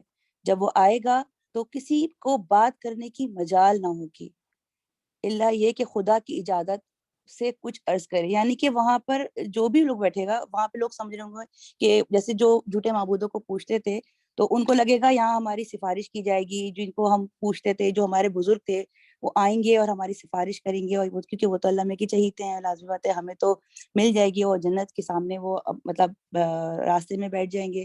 تو وہ اس چیز میں مبتلا ہوئے تھے. حالانکہ اڑنا مچلنا اس پر یہ تو کسی بڑے انسان مطلب کسی معزز فرشتے کی بھی مجال نہیں اس دن ہوگی کہ وہ کچھ، جب تک اللہ کا حکم نہیں ہوگا. تو اللہ کے حکم کے بغیر، اللہ کی اجازت کے بغیر تو کوئی کچھ بھی نہیں کر سکتا اس دن. اگلی آیت ہے، پھر کچھ لوگ اس روز بدبخت ہوں گے اور کچھ نیک بخت. جو بدبخت ہوں گے وہ دوزخ میں جائیں گے جہاں گرمی اور پیاس کی شدت سے وہ ہانپیں گے اور پنکارے ماریں گے. یہاں پر عربک میں ایک لفظ زفیر و شہیق یوز ہوا ہے. زفیر سے مراد جب گدھا جب چلانا شروع کرتا ہے نا تو یہ زفیر کہلاتا ہے، اور جب وہ چلانے کی انتہا پر ہو جاتا ہے آپ نے دیکھا ہوگا اکثر تو یہ کیفیت شہیق کہلاتی ہے. تو جہنمی عذاب کی شدت کے مارے پہلے چیخنا چلانا شروع کریں گے پھر دھاڑے ماریں گے. اللہم اجرنی من النار. آگے آیت کا ترجمہ ہے، اور اسی حالت میں وہ ہمیشہ رہیں گے جب تک کہ زمین و آسمان قائم ہے. یعنی کہ کچھ ہوں گے تو مسلمان، کلمہ گو مسلمان، لیکن اپنے گناہوں کی وجہ سے جہنم میں ڈالے بھی جائیں گے. وہ اپنی سزا کے بعد جنت کی طرف لے جائے جائیں گے. اور بقیہ کفار کے لیے اکثریت علماء کا یہی عقیدہ ہے کہ وہ ہمیشہ کے لیے جہنم میں ہی رہیں گے. اللہ یہ کہ تیرا رب کچھ اور چاہے، بے شک تیرا رب پورا اختیار رکھتا ہے، جو چاہے کرے. رہے وہ لوگ جو نیک بخت نکلیں گے تو وہ جنت میں جائیں گے اور ہم وہاں ہمیشہ رہیں گے جب تک زمین و آسمان قائم ہے. اللہ یہ کہ تیرا رب کچھ اور چاہے، ایسی بخشش ان کو ملے گی جس کا سلسلہ کبھی منقطع نہ ہوگا. یعنی اس سے مراد یہ لی گئی ہے کہ جنت میں جو لوگ جائیں گے وہ ہمیشہ ہمیشہ جنت میں رہیں گے. ہمیں یہاں دعا کرنی چاہیے اللہم انک جنت الفردوس. اگلی آیت کا ترجمہ ہے، پس اے نبی صلی اللہ علیہ وآلہ وسلم تو ان معبودوں کی طرف سے کسی شک میں نہ رہے جن کی یہ لوگ عبادت کر رہے ہیں. یہ تو بس لکیر کے فقیر بنے ہوئے اسی طرح پوجا پاٹ کیے جا رہے ہیں جس طرح پہلے ان کے باپ دادا کرتے تھے. یعنی جھوٹے معبودوں کی طرف اشارہ ہے. اور ہم ان کا حصہ انہیں بھرپور دیں گے بغیر اس کے کہ اس میں کچھ کاٹ کسر ہو. یعنی اس سے مراد یہ ہے کہ عذاب کا جو معاملہ طے ہوا ہے وہ ان کو پورا دیا جائے گا۔ ہم اس سے پہلے موسیٰ کو بھی کتاب دے چکے ہیں اور اس کے بارے میں بھی اختلاف کیا گیا تھا، جس طرح آج اس کتاب کے بارے میں کیا جا رہا ہے جو تمہیں دی گئی ہے۔ یعنی کہ اس سے مراد یہ کہ یہ کوئی نئی بات نہیں ہے کہ آج اس قرآن کے بارے میں مختلف لوگ مختلف قسم کی باتیں کر رہے ہیں، بلکہ اس سے پہلے بھی موسیٰ کو جو کتاب دی گئی تھی اس کے بارے میں بھی اسی طرح کی مختلف رائے دی جاتی تھی۔ تو یہاں کہا جا رہا ہے کہ اے محمد صلی اللہ علیہ وسلم، تم یہ دیکھ کر نا اپنا دل بدل نہ کرو، نہ شکستہ خاطر ہو، بلکہ نہ ہو ایسی سیدھی سیدھی اور صاف باتیں تو قرآن پیش کی جا رہی ہیں اور پھر یہ لوگ جو ہیں ان کو قبول ہی نہیں کرتے۔ تو یہ اللہ کی طرف بتا رہا ہے، اگر تیرے رب کی طرف سے ایک بات پہلے ہی طے نہ کر دی گئی ہوتی تو ان اختلاف کرنے والوں کے درمیان کبھی کا فیصلہ چکا دیا گیا ہوتا۔ یہ واقعہ ہے کہ یہ لوگ اس کی طرف سے شک اور خلجان میں پڑے ہوئے ہیں، یعنی اس کتاب پر ایمان نہیں لاتے، اور یہ بھی واقعہ ہے کہ تیرا رب انہیں ان کے اعمال کا پورا بدلہ دے کر رہے گا، یقیناً وہ ان کی سب حرکتوں سے باخبر ہے۔ بس اے محمد صلی اللہ علیہ وآلہ وسلم، تم اور تمہارے وہ ساتھی جو کفر و بغاوت سے ایمان و اطاعت کی طرف پلٹ آئیں، ٹھیک راہ راست پر ثابت قدم رہو جیسا کہ تمہیں حکم دیا ہے، یعنی یہاں استقامت کا مظاہرہ کریں۔ اب یہاں سے جو ہے اب سب لوگوں سے خطاب ہے۔ اگلی آیت کا ترجمہ ہے، اور بندگی کے حد سے تجاوز نہ کرو، جو کچھ تم کر رہے ہو اس پر تمہارے رب نگاہ رکھتا ہے۔ ان ظالموں کی طرف ذرا نہ جھکنا، ظالموں سے یہاں مراد ہے شرک جو کرتے تھے، ورنہ جہنم کی لپیٹ میں آ جاؤ گے، اور تمہیں کوئی ایسا ولی اور سرپرست نہ ملے گا جو خدا سے تمہیں بچا سکے، اور کہیں سے تم کو مدد نہ پہنچے گی۔ اور دیکھو، نماز قائم کرو دن کے دونوں سروں پر اور کچھ رات گزرنے پر۔ یہاں میں آپ کو ایک بات بتاؤں کہ شروع مکی کے دور میں 3 نمازیں فرض تھیں، فجر، عصر اور قیام اللیل، وہ فرض تھیں، اور رات کی نماز۔ معراج کی شب پہ جب ہمیں 5 نمازیں ہو گئیں تو امت کے لیے وہ قیام اللیل کا جو معاملہ تھا وہ نفل کے درجے میں آ گیا۔ یہاں اس کی طرف اشارہ ہے، یعنی صبح شام اور رات کے کچھ حصے۔ در حقیقت نیکیاں برائیوں کو دور کر دیتی ہیں۔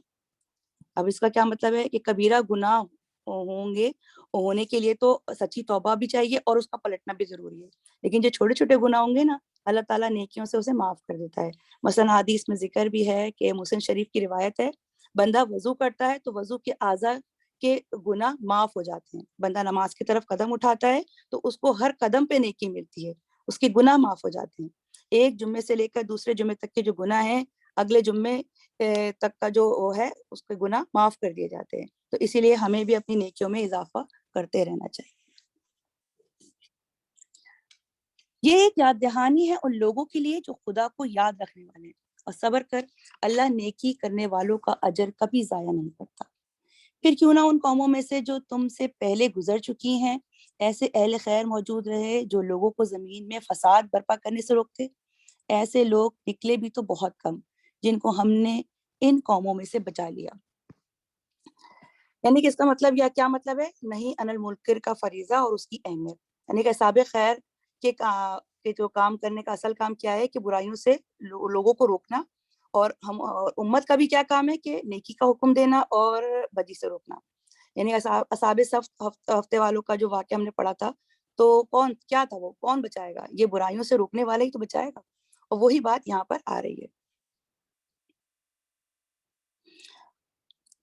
ورنہ ظالم لوگ تو انہی مزوں کے پیچھے پڑے رہے ہیں جن کے سامان انہیں فراوانی کے ساتھ دیے گئے تھے، اور وہ مجرم بن کر رہے۔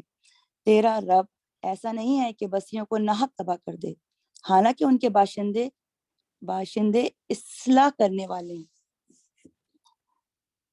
مطلب جب تک یہ اصلاح کا مطلب اس کے معنی آپ ایسے لے لیں کہ جب تک یہ اصلاح کا عمل ہم جاری رہے گا نا تو عذاب بھی ٹلا رہے گا، اور لیکن جہاں اصلاح کا عمل ختم ہوا، لوگ ہم نے لوگوں کو بدی سے روکنا چھوڑ دیا، تو پھر اللہ تعالیٰ کی طرف سے پھر عذاب بھی آیا کرتے ہیں۔ اگلی آیت کا ترجمہ ہے کہ بے شک تیرا رب اگر چاہتا تو تمام انسانوں کو ایک روک نہ سکتا تھا، مگر اب تو وہ مختلف طریقوں ہی پر چلتے رہیں گے، اور بے راہ رویوں سے صرف وہ لوگ بچیں گے جن پر تیرے رب کی رحمت ہے۔ اسی آزادی و اختیار کے لیے ہی تو اس نے انہیں پیدا کیا تھا۔ یعنی اس سے آپ یہ مراد لیں، آزادی و اختیار کا جو لفظ یہاں استعمال کیا گیا ہے، یعنی یہ کفر و ایمان کے اصول پر مبنی ہے، تو یہ کیسے ہو سکتا ہے کہ کوئی قوم خود تو بدی کی راہ پر بڑھنا چاہے اور اللہ اس کو زبردستی اس کو خیر کی طرف راستے پہ موڑ رہا ہے؟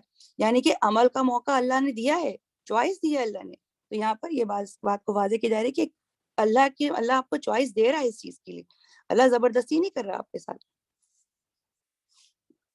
اور تیرے رب کی اگلی آیت ہے، اور تیرے رب کی وہ بات پوری ہو گئی جو اس نے کہی تھی کہ میں جہنم کو جن اور انسان سب سے بھر دوں گا. یہ بات سورہ اعراف میں ہم پڑھ بھی چکے ہیں، آیت نمبر 18 میں، کہ جو تیری پیروی کریں گے تو سمیت ان سب سے جہنم کو بھر دوں گا. یہاں میں دعا کرنی چاہیے، اللہم انا نعوذ بک من عذاب جہنم، اے اللہ ہم تیری پناہ میں آنا چاہتے ہیں جہنم کے عذاب سے. اگلی آیت ہے، اور اے محمد صلی اللہ علیہ وآلہ وسلم، یہ پیغمبروں کے قصے جو ہم تمہیں سناتے ہیں، یعنی کہ مقصد کیا ہے کہ تاکہ اس سے یہ سنانے کا مقصد مطلب کیا ہے کہ اس سے آپ صلی اللہ علیہ وسلم کے دل کو تسلی بھی دے، اور یہ کیونکہ یہ واقعات کی حکمت ہے نا، آپ صلی اللہ علیہ وسلم کے لیے تسلی اور صحابہ کرام کے لیے تسلی بھی. اگلی آیت کا ترجمہ، وہ چیزیں ہیں جن کے ذریعے سے ہم تمہارے دل کو مضبوط کرتے ہیں، ان کے اندر تم کو حقیقت کا علم ملا اور ایمان لانے والوں کو نصیحت اور بیداری نصیب ہوئی. رہے وہ لوگ جو ایمان نہیں لاتے تو ان سے کہہ دو کہ تم اپنے طریقے پر کام کرتے رہو اور ہم اپنے طریقے پر کیے جاتے ہیں. انجام کار کا تم بھی انتظار کرو، ہم بھی منتظر ہیں. آسمانوں اور زمین میں جو کچھ چھپا ہے سب اللہ کے قبضہ قدرت میں ہے، اور سارا معاملہ اسی کی طرف رجوع کیا جاتا ہے. بس اے نبی صلی اللہ علیہ وآلہ وسلم، تو اس کی بندگی کر اور اس پر بھروسہ رکھ، جو کچھ تم لوگ کر رہے ہو تیرا رب اس سے بے خبر نہیں ہے. یہ سب کچھ کلیئر ہے الحمدللہ. جزاک اللہ خیر، صدق اللہ العظیم. یہاں سے سورہ یوسف شروع ہو رہی ہے. پہلے اس کا تھوڑا سا تعارف ہے.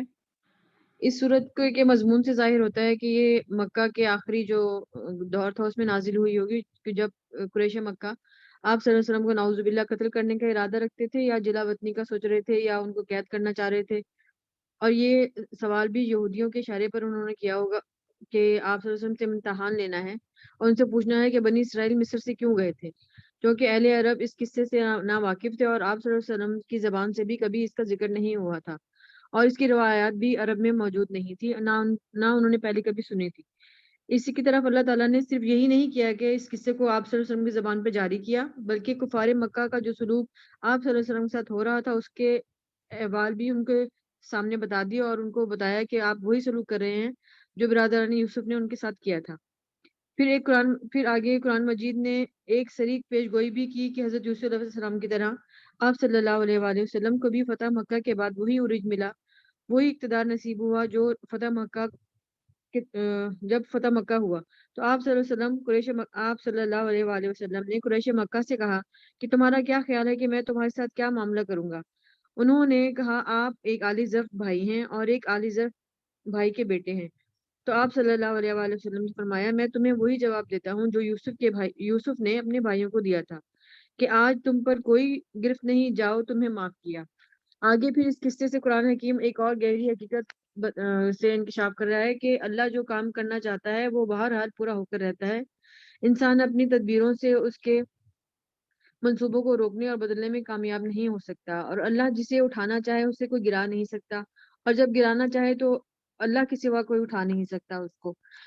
اور اس کے آگے ایک اور سبق جو ہمیں ملتا ہے وہ یہ ہے کہ اپنی کوشش کرتے رہنے چاہیے، تدبیر کرتے رہنے چاہیے، اور اس سے ان تدبیر کرتے ہوئے اللہ تعالیٰ کی حدود سے تجاوز نہیں کرنا چاہیے. کامیابی اور ناکامی کا نتیجہ وہ اللہ تعالیٰ کے ہاتھ میں ہے، اور جو سیدھے راستے کے لیے کوشش کرے گا اس کے لیے اللہ تعالیٰ اس کے ساتھ کھڑا ہے، اور جو ناپاک مقصد کے لیے ٹیڑھی تدبیر اختیار کرے گا وہ دنیا اور آخرت دونوں میں رسوا ہوگا. پھر دوسرا سبق یہ ملتا ہے کہ ہمیں توکل اللہ تعالیٰ پہ کرنا چاہیے، اور تفویض اللہ کرنا کا درس ملتا ہے. دنیا چاہے آپ کو مٹانے پہ تلی ہو، اور اگر اللہ ساتھ دیتا ہے تو نتائج کی فکر کیے بغیر اپنے اخلاقی فرائض کو انجام دیتے رہنا چاہیے. سب سے بڑا سبق یہ ہے کہ ایک تو حضرت یعقوب علیہ السلام اور ان کے بیٹے کے درمیان جو صبر اللہ تعالیٰ نے ان کو دیا، صبر کی بھی توفیق اس میں واضح طور پہ نظر آئے گی صورت میں. دوسرا یہ کہ ایک اور جو سبق ہے وہ یہ کہ اہل مرد مومن جو بھی مومن ہوتے ہیں اگر وہ اسلامی سیرت پر کاربند رہیں اور حکمت سے بھی بہرہ ور ہوں تو وہ محض اپنے اخلاق کے زور پہ پورے ملک فتح کر سکتے ہیں.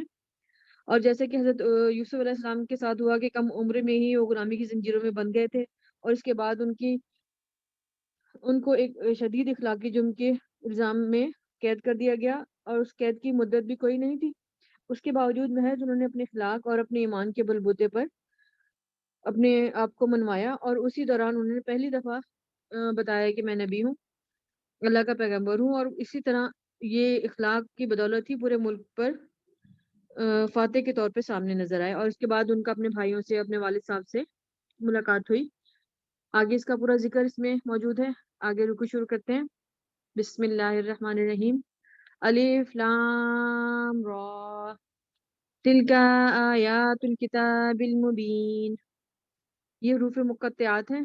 آگے یہ اس کتاب کی آیات ہیں جو اپنا مدعا صاف صاف بیان کرتی ہیں. ہم نے اسے نازل کیا قرآن بنا کر عربی زبان میں تاکہ تم اہل عرب اس کو اچھی طرح سمجھ سکو. اے محمد صلی اللہ علیہ وآلہ وسلم، ہم اس قرآن کو تمہاری طرف وحی کر کے بہترین پیرایہ میں واقعات اور حقائق تم سے بیان کرتے ہیں، ورنہ اس سے پہلے تو ان چیزوں سے تم بالکل ہی بے خبر تھے. یہ اس وقت کا ذکر ہے جب یوسف علیہ السلام نے اپنے باپ سے کہا کہ ابا جان، میں نے خواب میں دیکھا ہے کہ 11 ستارے ہیں اور سورج اور چاند ہیں اور وہ مجھے سجدہ کر رہے ہیں. جواب میں اس کے باپ نے کہا، یعنی حضرت یعقوب علیہ السلام نے، بیٹا اپنا یہ خواب اپنے بھائیوں کو نہ سنانا ورنہ وہ تیرے در پہ آزار ہو جائیں گے، مطلب کہ تیرے دشمن ہو جائیں گے، کیونکہ وہ جانتے تھے اس خواب کی تعبیر کیا ہے. حقیقت یہ ہے کہ شیطان آدمی کا کھلا دشمن ہے اور ایسا ہی ہوگا جیسا تو نے خواب دیکھا ہے. تیرا رب تجھے اپنے کام کے لیے منتخب کرے گا اور تجھے باتوں کی تہ تک پہنچنا سکھائے گا. مطلب کہ ان کو خوابوں کی تعبیر دی گئی تھی حضرت یوسف علیہ السلام کو، تو وہ اس کا ذکر یہاں پہ ہو رہا ہے. آگے ترجمہ ہے، اور تیرے اوپر اور آل یعقوب علیہ السلام پر اپنی نعمت اس طرح پوری کرے گا جس طرح اس سے پہلے وہ تیرے بزرگوں حضرت ابراہیم اور حضرت اسحاق علیہ السلام پہ کر چکا ہے. یقیناً تیرا رب علیم اور حکیم ہے. جزاک اللہ خیر. اعوذ باللہ من الشیطان الرجیم. بسم اللہ الرحمن الرحیم. 12واں رکوع ہے. لقد کان فی یوسف و اخواتہ آیات للسائلین. حقیقت یہ ہے کہ یوسف اور اس کے بھائیوں کے قصے میں ان پوچھنے والوں کے لیے بڑی نشانیاں ہیں. اس رکوع کے بارے میں یہ کہا جاتا ہے کہ جو کفار مکہ تھے ان کے پاس جو ہے وہ یہ حضرت یوسف علیہ السلام کے بارے میں کوئی ان کی اتنا زیادہ معلومات نہیں تھی، تو وہ نبی کریم صلی اللہ علیہ وسلم کی جو نبوت ہے اس کی سچائی کو جاننے کے لیے ان کے پاس پہنچ گئے اور ان سے کہا کہ بھئی ہمیں پورا یوسف کا قصہ سنائیے تاکہ جو ہے وہ پتہ لگے کہ کیا وہ واقعی ہی وہ نبی ہیں یا نہیں. یوسف اور اس کے بھائیوں کے قصے میں ان پوچھنے والوں کے لیے بڑی نشانیاں ہیں. یہ قصہ یوں شروع ہوتا ہے کہ اس کے بھائیوں نے آپس میں کہا، یہ یوسف اور اس کا بھائی دونوں ہمارے والد کو ہم سب سے زیادہ محبوب ہے. یہ حضرت یوسف علیہ السلام جو تھے وہ حضرت یعقوب علیہ السلام کی جو 2 بیویاں تھیں ان میں سے ایک کے جو ہے وہ 10 بچے تھے اور دوسری جو تھی ان میں سے حضرت یوسف اور ان کے دوسرے چھوٹے بھائی یامین تھے. یہ حضرت یوسف جو تھے وہ اپنے بہن ہوتا ہے کہ کوئی ایک آدھ بچہ جو ہے وہ اپنے والدین کو زیادہ محبوب ہوتا ہے، تو حضرت یوسف علیہ السلام کے ساتھ بھی ایسا ہی تھا کہ وہ حضرت یعقوب کو بہت زیادہ محبوب تھے، تو اس سے وہ لوگ جیلس تھے یعنی حسد کرتے تھے. حالانکہ ہمارا ایک پورا جتھا ہے، یعنی ہم ایک پورا جتھا ہے، مطلب یہ 10 تھے اس لیے کہہ رہے تھے. سچی بات یہ ہے کہ ہمارے ابا جان بالکل ہی بہک گئے ہیں، یعنی وہ حسد اور اس میں اتنے زیادہ وہ تھے کہ وہ اپنے والد صاحب کے بارے میں بھی یہ اس طرح کی باتیں سوچنے لگ گئے تھے کہ یہ حسد کا جو مرض ہے وہ اس میں یہ بتایا جا رہا ہے کہ وہ انسان کو اس حد تک گرا دیتا ہے کہ وہ اپنے اتنے قریبی رشتوں کے بارے میں بھی اس طرح کی فضول باتیں سوچنے لگ گئے تھے، یعنی اپنے والد صاحب کے بارے میں بھی. چلو یوسف کو قتل کر دو یا اسے کہیں پھینک دو تاکہ ہمارے والد کی توجہ صرف تمہاری ہی طرف ہو جائے. اب یہاں تک ان لوگوں نے دیکھے پلان کر لیا کہ اب جو ہے وہ اپنے بھائی کو راستے سے ہٹانا یا اس کو کہیں دور لا کے پھینکنے کا ارادہ کر لیا تاکہ والد صاحب جو ہے وہ ان کی محبت جو ہے وہ جو ایک طرف زیادہ ہے اس کو اپنی طرف مائل کر لیں. یہ کام کر لینے کے بعد پھر نیک بن کر رہنا، یعنی اب وہ تھے تو وہ نبی کی ہی اولاد، اس وجہ سے وہ کہہ رہے تھے کہ بس یہ غلطیاں ہم کر لیں گے اس کے بعد ہم توبہ کر لیں گے. تو یہ آیت ہم اپنے اوپر بھی لے لیتے ہیں کہ ہم بھی بہت سارے گناہ کرتے ہیں، بہت ساری غلطیاں کرتے ہیں اور اس کے بعد کہتے ہیں چلو حج عمرہ کر لیں گے، صدقہ کر دیں گے، معافی مل جائے گی. تو یہاں وہ بھی یہی بات سوچ رہے تھے کہ ہم جو ہے یہ کام کرنے کے بعد دوبارہ توبہ کر لیں گے اور نیک بن کر رہیں گے. اس میں یہ بتایا جا رہا ہے. اس پر اگلی آیت ہے، اس پر ان میں سے ایک بولا، یہ جو سب سے بڑا بھائی تھا یہ اس کا مشورہ تھا کہ یوسف کو قتل نہ کرو، اگر کچھ کرنا ہی ہے تو اسے کسی اندھے کنویں میں ڈال دو. یعنی اس کو تھوڑا سا احساس ہو گیا کہ ان کو جو ہے وہ مارنا نہیں ہے بلکہ ان کو کسی کنویں میں ڈال دیتے ہیں جہاں اگر ان کی زندگی ہوگی تو وہ بچ جائیں گے اور ہمارے اوپر اتنا بڑا جرم بھی نہیں آئے گا، یعنی قتل کا. کوئی آتا جاتا قافلہ اسے نکال لے جائے گا. اس قرارداد پر انہوں نے جا کر اپنے باپ سے کہا، ابا جان کیا بات ہے کہ آپ یوسف کے معاملے پر ہم پر بھروسہ نہیں کرتے، حالانکہ ہم اس کے سچے خیر خواہ ہیں. کل اسے ہمارے ساتھ بھیج دیجیے، کچھ چر چگ لے گا اور کھیل کود سے دل بھی بہلا لے گا، ہم اس کی حفاظت کو موجود ہیں.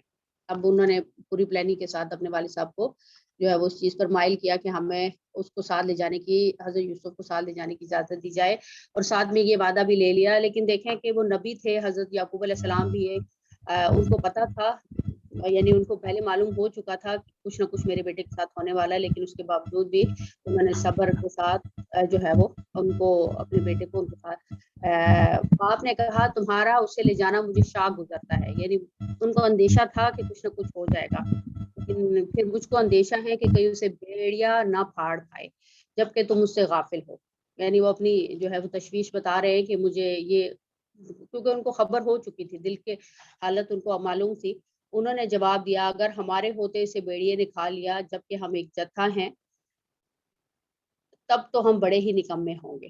اس طرح اصرار کر کے جب اسے لے گئے اور انہوں نے طے کر لیا کہ اسے ایک اندھے کنویں میں چھوڑ دیں، تو ہم نے یوسف کو وحی کی کہ ایک وقت آئے گا جب تم ان لوگوں کی ان کی یہ حرکت جتائے گی کہ یہ اپنے فعل کے نتائج سے بے خبر ہیں.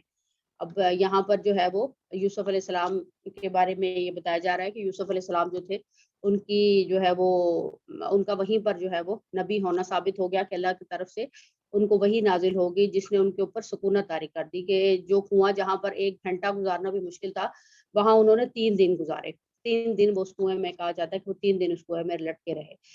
جب ان لوگوں حضرت یوسف کو ہم نے وحی کی کہ وقت آئے گا جب تم ان لوگوں کو ان کی حرکت یہ حرکت جتائے گی، یہ اپنے فعل کے نتائج سے بخبر ہے. یعنی اس طریقے سے حضرت یوسف علیہ السلام کو تسلی دے دی گئی کہ آپ کے اوپر ایک ایسا وقت آئے گا کہ جب یہ لوگ آ کر جو ہے وہ اپنے اس حرکت کی آپ سے معافی مانگیں گے اور آپ کو جو ہے وہ اللہ تعالیٰ اس کا بہتر اجر دیں گے. شام کو وہ روتے پیٹتے، اگلی آیت ہے، روتے پیٹتے اپنے باپ کے پاس آئے اور کہا، ابا جان ہم دوڑ کا مقابلہ کرنے میں لگ گئے تھے اور یوسف کو ہم نے اپنے سامان کے پاس چھوڑ دیا تھا، اتنے میں بھیڑیا آ کر اسے کھا گیا. اب ہماری بات کا یقین نہ کریں گے چاہے ہم سچے ہی ہوں.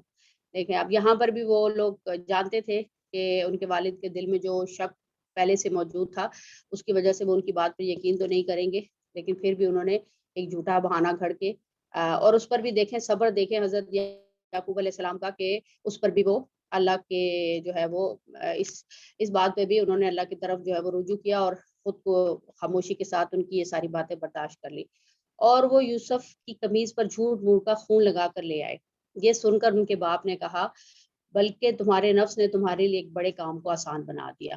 اچھا صبر کروں گا اور بخوبی کروں گا، جو تم بنا رہے ہو اس پر اللہ ہی سے مدد مانگی جا سکتی ہے. اب یہاں پر دیکھیں انہوں نے کہا کہ ان کو اپنے بیٹوں سے کہا ہے کہ تمہارے نفس نے تم سے ایک بہت غلط کام کروا لیا ہے، لیکن میرا یہ وہ ہے کہ میں اس پر بھی صبر کروں گا اور جو کچھ تم کہہ رہے ہو اس پر میں دعا کرتا ہوں کہ اس سے اللہ سے میں اس کے بارے میں مدد مانگوں. آگے پھر یہ بتایا جا رہا ہے اگلی آیت میں کہ جب حضرت یوسف علیہ السلام کے ساتھ پھر کیا ہوتا ہے. ادھر ایک قافلہ آیا، اس نے اپنے سکے کو پانی لانے کے لیے بھیجا. یہ سکا جو پانی بھرنے والے لوگ ہوتے ہیں. سکے نے جب کنویں میں ڈول ڈالا تو یوسف کو دیکھ کر پکار اٹھا، مبارک کو یہاں تو ایک لڑکا ہے. ان لوگوں نے اس کو مال تجارت سمجھ کر چھپا لیا، حالانکہ جو کچھ کر رہے تھے خدا اس سے باخبر تھا. یعنی یہ جو قافلہ تھا ان لوگوں نے یہ سوچ کر ان کو حضرت یعقوب علیہ السلام حضرت یوسف علیہ السلام کو نکال لیا کہ ہم آگے جا کر ان کو غلام بنا کر بیچ ڈالیں گے. یہ اگلا تھا. آخری آیت ہے، آخر کار انہوں نے اس کو تھوڑی سی قیمت پر چند درہموں کے عوض بیچ ڈالا اور وہ اس کی قیمت کے معاملے میں کچھ زیادہ کے امیدوار نہ تھے، کیونکہ وہ ان کو تو ایک یعنی چوری کا مال سمجھ کر ان کو تو مفت مل گئے تھے، تو اس لیے انہوں نے ان کی جو قیمت لگائی وہ بہت تھوڑی لگائی اور اس پر زیادہ بحث مباحثہ بھی نہ کیا اور ان کو جو ہے وہ کسی اور کے حوالے کر دیا. بس رکوع ختم ہو رہا ہے جی. صدق اللہ العظیم. آیت نمبر 21 ہے، اور مصر میں جس شخص نے ان کو خریدا اس نے اپنی بیوی سے کہا جس کا نام زلیخا تھا کہ اس کو عزت اور اکرام سے رکھو، عجب نہیں کہ یہ ہمیں فائدہ دے یا ہم اسے بیٹا بنا لیں۔ اس طرح ہم نے یوسف کو سرزمین مصر میں جگہ دی اور غرض یہ تھی کہ ہم ان کو خواب کی باتوں کی تعبیر سکھائیں۔ وہ خدا اپنے کام پر غالب ہے لیکن اکثر لوگ نہیں جانتے۔ اس آیت میں اللہ تعالیٰ نے فرمایا کہ جس طرح مصر میں جس شخص نے آپ یوسف کو خریدا اس کے دل میں اللہ تعالیٰ نے جو ہے جو ڈال دیا، تھوڑی سی نرمی ڈال دی تاکہ وہ جو اور اس کے دل میں نرمی اتر آئی، کیونکہ اس کے آپ یوسف کے جو چہرے نورانی چہرے کو دیکھتے ہی نا سمجھ گیا کہ اس میں خیر و صلاح ہے، اور اپنی بیوی سے کہنے لگا کہ اسے عزت اور اکرام سے رکھو۔ اور اللہ تعالیٰ اس میں اگلے پارٹ میں فرماتے ہیں کہ ہم نے یوسف کو مصر کی زمین عطا کر دی اور ہم نے ان کو باتوں کی یعنی خواب کی تعبیر سکھائی۔ اگلی آیت ہے، اور جب وہ اپنی جوانی کو پہنچے تو ہم نے ان کو دانائی اور علم بخشا، اور نیکوکاروں کو ہم اسی طرح بدلہ دیا کرتے ہیں۔ تو جس عورت کے گھر میں وہ رہتے تھے اس نے ان کو اپنی طرف مائل کرنا چاہا اور دروازے بند کر کے کہنے لگی یوسف جلدی آؤ۔ انہوں نے کہا کہ خدا پناہ میں رکھے، وہ یعنی تمہارے میاں تو میرے آقا ہیں، انہوں نے مجھے اچھی طرح سے رکھا ہے، میں ایسا ظلم نہیں کر سکتا، بے شک ظالم لوگ فلاح نہیں پائیں گے۔ تو زلیخا کی جو وہ بدنیتی اس میں بتائی جا رہی ہے کہ جب آپ بڑے ہوئے تو جوان ہوئے تو اس کی بدنیتی جو ہے وہ نیت میں کھوٹ آ گیا، کیونکہ آپ خوبصورت تھے بہت، تو اس نے آپ کو اپنی طرف جو ہے یوسف کو مائل کرنے کی کوشش کی، اور آپ جو یوسف ہیں وہ انہوں نے کہا کہ تم تو میرے جو ہے آقا کی بیوی ہو تو میں ایسا ظلم نہیں کر سکتا۔ تو اس عورت نے ان کا قصد کیا اور انہوں نے اس کا قصد کیا، اگر وہ اپنے پروردگار کی نشانی نہ دیکھتے تو جو ہوتا یوں اس لیے کیا گیا کہ ہم ان سے برائی اور بے حیائی کو روک دیں، بے شک وہ ہمارے خالص بندوں میں سے تھے۔ یعنی اس میں فرمایا جا رہا ہے کہ وہ اس نے عورت کا اس کی نیت خراب تھی اور اس کی جو ہے ان کو جو ہے برائی کے لیے اکسایا، لیکن اللہ تعالیٰ نے اس میں کہا جاتا ہے کہ حضرت یوسف کو یا تو کوئی چیز نظر آئی تھی، یا تو ان کو حضرت یعقوب کا چہرہ نظر آ رہا تھا، یا ان کو آیتیں لکھی ہوئی نظر آئی تھی، ڈفرینٹ جو ہے اس میں حدیثیں ہیں جس کے اندر وہ تفسیر ہے کہ 2-3 چیزیں ہیں ان کو جس سے وہ اپنی اس چیز سے دور رہے اور اپنے آپ کو روک سکے، اور تاکہ اور اللہ تعالیٰ کہتے ہیں کہ یہ ہم نے ان کو بے حیائی اور برائی سے روک دیں، کیونکہ اللہ تعالیٰ نے اپنے پیغمبروں کا کو خود حفاظت کا ذمہ لیا ہے جو خالص بندے ہوتے ہیں۔ اگلی آیت کا ترجمہ ہے، وہ دونوں دروازے کی طرف بھاگے، آگے یوسف اور پیچھے زلیخا تھی، اور عورت نے ان کا کرتا پیچھے سے پکڑ کر جو کھینچا تو پھاڑ ڈالا، اور دونوں کو دروازے کے پاس عورت کا خاوند لے گیا۔ تو عورت بولی کہ جو شخص تمہاری بیوی کے ساتھ برا ارادہ کرے اس کے سوا کیا سزا ہے کہ یا تو قید کیا جائے یا دکھ کا عذاب دیا جائے۔ یوسف نے کہا اسی نے مجھ کو اپنی طرف مائل کرنا چاہا تھا۔ اس کے قبیلے میں سے ایک فیصلہ کرنے والے نے فیصلہ کیا کہ اگر اس کا کرتا آگے سے پھٹا تو یہ سچی اور یوسف جھوٹا، اور اگر کرتا پیچھے سے پھٹا ہو تو یہ جھوٹی اور وہ سچا ہے۔ اور جب اس کا کرتا دیکھا تو پیچھے سے پھٹا تھا، تب اس نے زلیخا سے کہا کہ یہ تمہارا ہی فریب ہے، اور کچھ شک نہیں کہ تم عورتوں کے فریب بڑے بھاری ہوتے ہیں۔ یوسف اس بات کا خیال نہ کر اور زلیخا تو اپنے گناہوں کی بخشش مانگ، بے شک خطا تیری ہے۔ تو زلیخا کا جو شوہر تھا اس کو سمجھ آ گئی کہ غلطی جو ہے اس کی بیوی کی تھی، اور اس نے جو ہے وہ نرم دل تھا، اس نے اور کچھ نہیں کہا، اور اس نے کہا کہ جو ہے حضرت یوسف کو کہا کہ آپ جو ہے اس کو اب بھول جائیں اس بات کو، اور زلیخا کو کہا کہ تو اپنے گناہوں کی بخشش مانگ، بے شک خطا تیری ہے۔ صدق اللہ العظیم۔ بسم اللہ الرحمن الرحیم۔ رکوع نمبر 14 اور آیت نمبر 30 ہے، اسی کانٹیکسٹ میں ابھی بات چل رہی ہے۔ آیت نمبر 30 کا ترجمہ ہے، اور شہر کی عورتوں میں چرچا ہونے لگا کہ عزیز کی بیوی اپنے جوان غلام کو اپنا مطلب نکالنے کے لیے بہلانے پھسلانے میں لگی رہتی ہے، اس کے دل میں یوسف کی محبت بیٹھ گئی ہے، ہمارے خیال میں تو وہ صریح گمراہی میں ہے، یعنی جو شہر میں رہنے والی جو دوسری عورتیں تھیں، جب ان تک بات ظاہر ہے پورے شہر میں جب پھیلی تو وہ انہوں نے یہ کہا کہ یہ تو کھلی گمراہی میں ہے یہ عورت جو اس طرح سے کر رہی ہے کہ اپنے غلام کو اپنا مقصد حاصل کرنے کے لیے اس کو بہلا رہی ہے۔ اگلی آیت کا ترجمہ ہے، اس نے جب ان عورتوں کی پرفریب مکارانہ باتیں سنی، یعنی وہ جو عزیز مصر کی بیوی تھی، اس نے جب ان کی مکارانہ باتیں سنی تو انہیں بلوا بھیجا اور ان کے لیے ایک مجلس مرتب کی اور ان میں سے ہر ایک کو چھری دی اور کہا، اے یوسف ان کے سامنے چلے آؤ۔ ان عورتوں نے جب اسے دیکھا تو بہت بڑا جانا اور اپنے ہاتھ کاٹ لیے اور زبان سے نکل گیا کہ حاش اللہ، یہ انسان تو نہیں، یہ تو یقیناً کوئی بہت ہی بزرگ فرشتہ ہے۔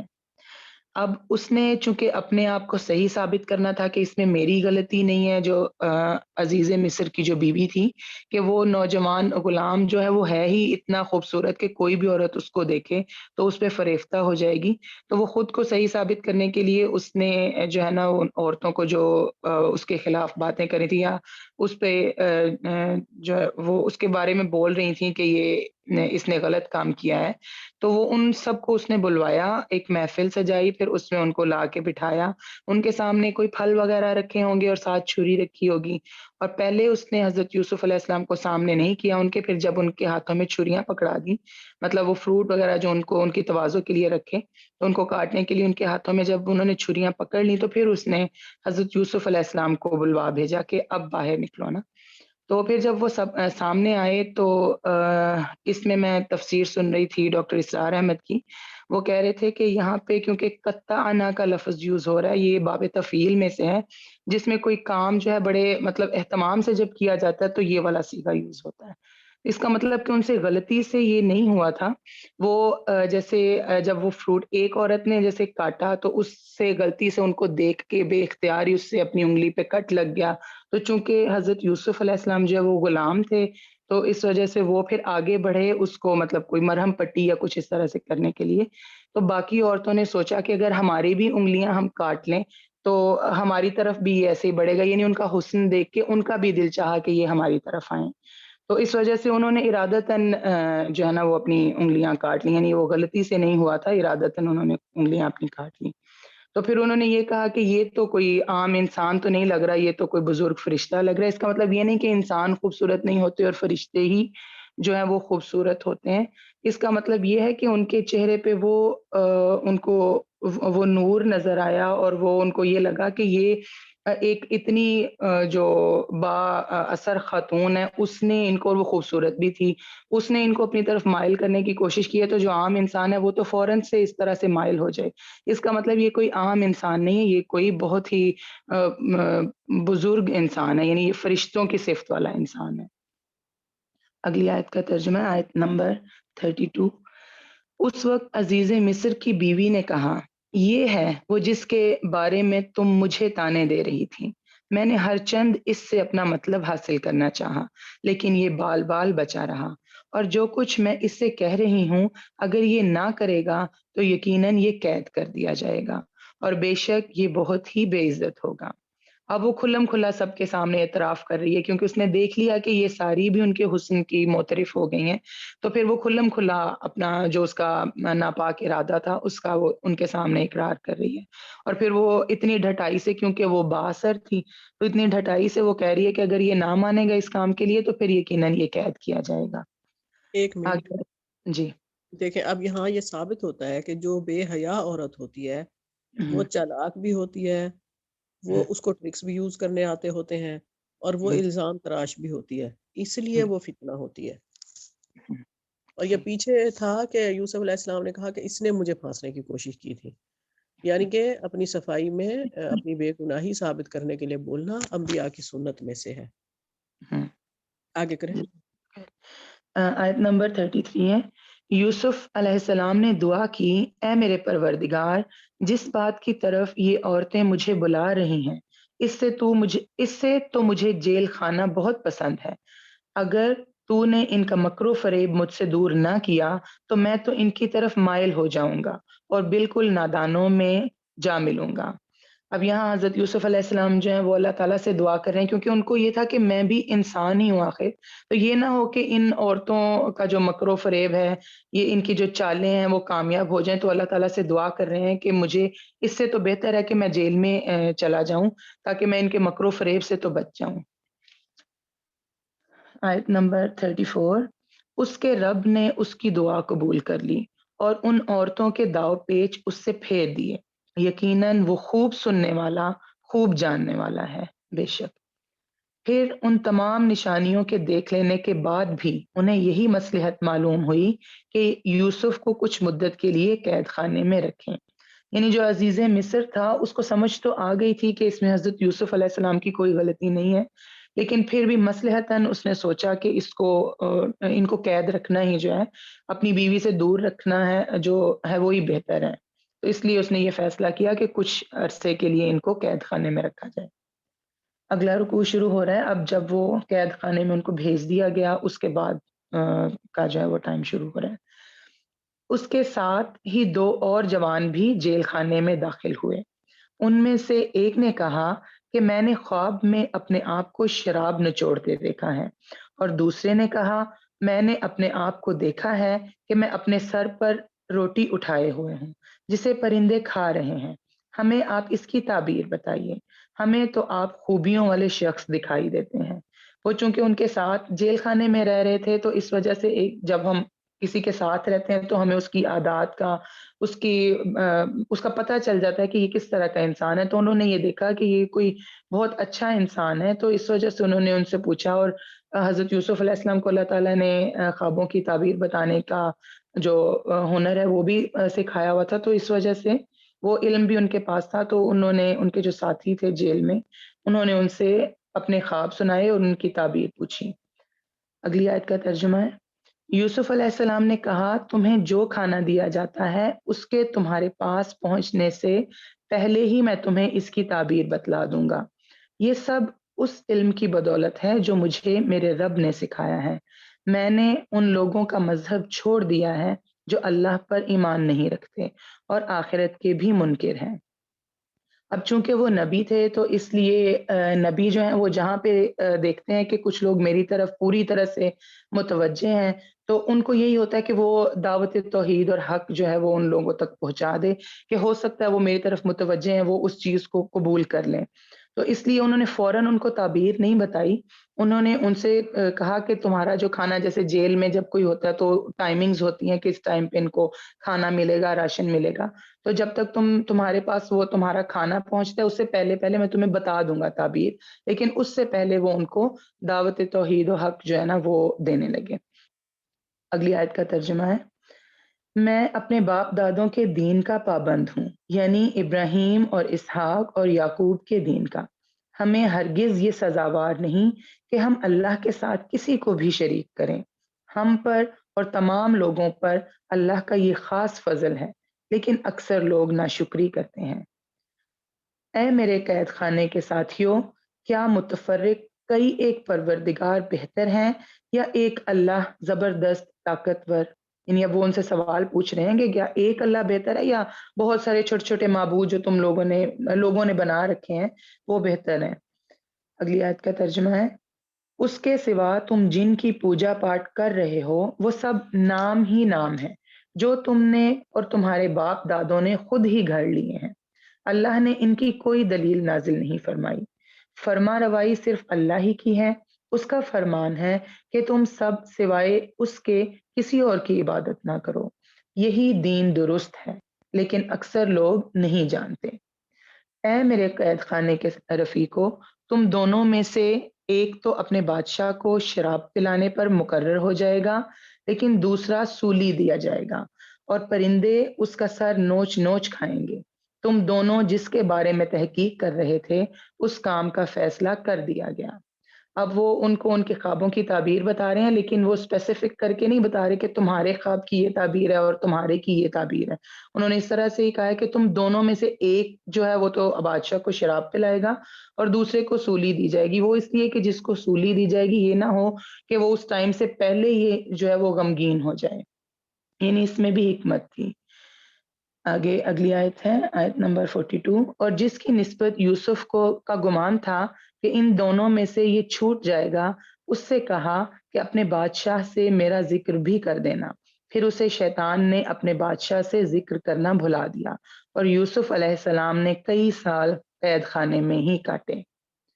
جزاک اللہ خیر. صدق اللہ العظیم. بسم اللہ الرحمن الرحیم. آیت نمبر 43. وقال الملك إني أرى 7 بقرات سمان يأكلهن 7 عجاف و7 سنبلات خضر وأخر يابسات يا أيها الملأ أفتوني في رؤياي إن كنتم للرؤيا تعبرون. بادشاہ نے کہا میں نے خواب میں دیکھا ہے کہ 7 موٹی تازی گائیں ہیں جن کو 7 دبلی پتی گائیں کھا رہی ہیں، اور 7 بالیاں ہیں ہری ہری اور دوسری 7 بالکل خشک. اے درباریوں میرے اس خواب کی تعبیر بتلاؤ اگر تم خواب کی تعبیر دے سکتے ہو. تو بادشاہ نے یہ خواب دیکھا، یعنی کہ یہ ایک طرح سے چوتھا خواب اس صورت میں ذکر ہو رہا ہے. پہلا جو حضرت یوسف علیہ السلام نے دیکھا، پھر دوسرا اور تیسرا جو خواب تھا وہ جو قیدی تھے انہوں نے، اور یہ چوتھا خواب جو ہے وہ اب بادشاہ دیکھ رہا ہے کہ جو ہے وہ 7 موٹی گائیں ہیں جو 7 پتلی گائیں جو ہیں ان کو کھا رہی ہیں، اور 7 بالیاں ہیں گرین، اور 7 جو ہیں وہ بالکل خشک ہیں. انہوں نے جواب دیا کہ یہ تو اڑتے اڑاتے پریشان خواب ہیں، یعنی کہ بیڈ ڈریمز جن کو ہم کہتے ہیں، بیس لیس. ہمیں بھی کئی دفعہ آتے ہیں کہ جن کی کوئی تعبیر ہی نہیں بن رہی ہوتی اور سمجھ ہی نہیں آ رہی ہوتی یہ کیا ہے. یہ جو لکھا ہوا نا عربک میں قالوا اضغاث احلام، تو اضغاث احلام کہتے ہیں بیس لیس ڈریمز کو، جن کی کوئی تکی نہ ہو، بیڈ ڈریمز. تو انہوں نے کہا کہ یہ تو عجیب سا خواب ہے اور اس کے بتانے والے ہم نہیں، کہ ہمیں نہیں اس کے بارے میں پتا. ان 2 قیدیوں میں سے جو رہا تھا اسے مدت کے بعد یاد آ گیا اور کہنے لگا میں تمہیں اس کی تعبیر بتلاؤں گا، مجھے جانے کی اجازت دیجیے. اب یہ قیدی کے جو 2 ساتھیوں میں سے جو ایک نجات پانے والا تھا، جسے حضرت یوسف علیہ السلام نے کہا تھا کہ اپنے آقا سے جا کر میرا ذکر کرنا تاکہ میں بھی رہا ہو سکوں، تو اسے اچانک یاد آ گیا کہ اس نے کہا بادشاہ سے کہ مجھے تھوڑی مہلت دیجیے تو میں اس کی تعبیر کا پتہ کر کے آتا ہوں. اور وہ وہاں سے نکل کے سیدھا یوسف علیہ السلام کے پاس گیا.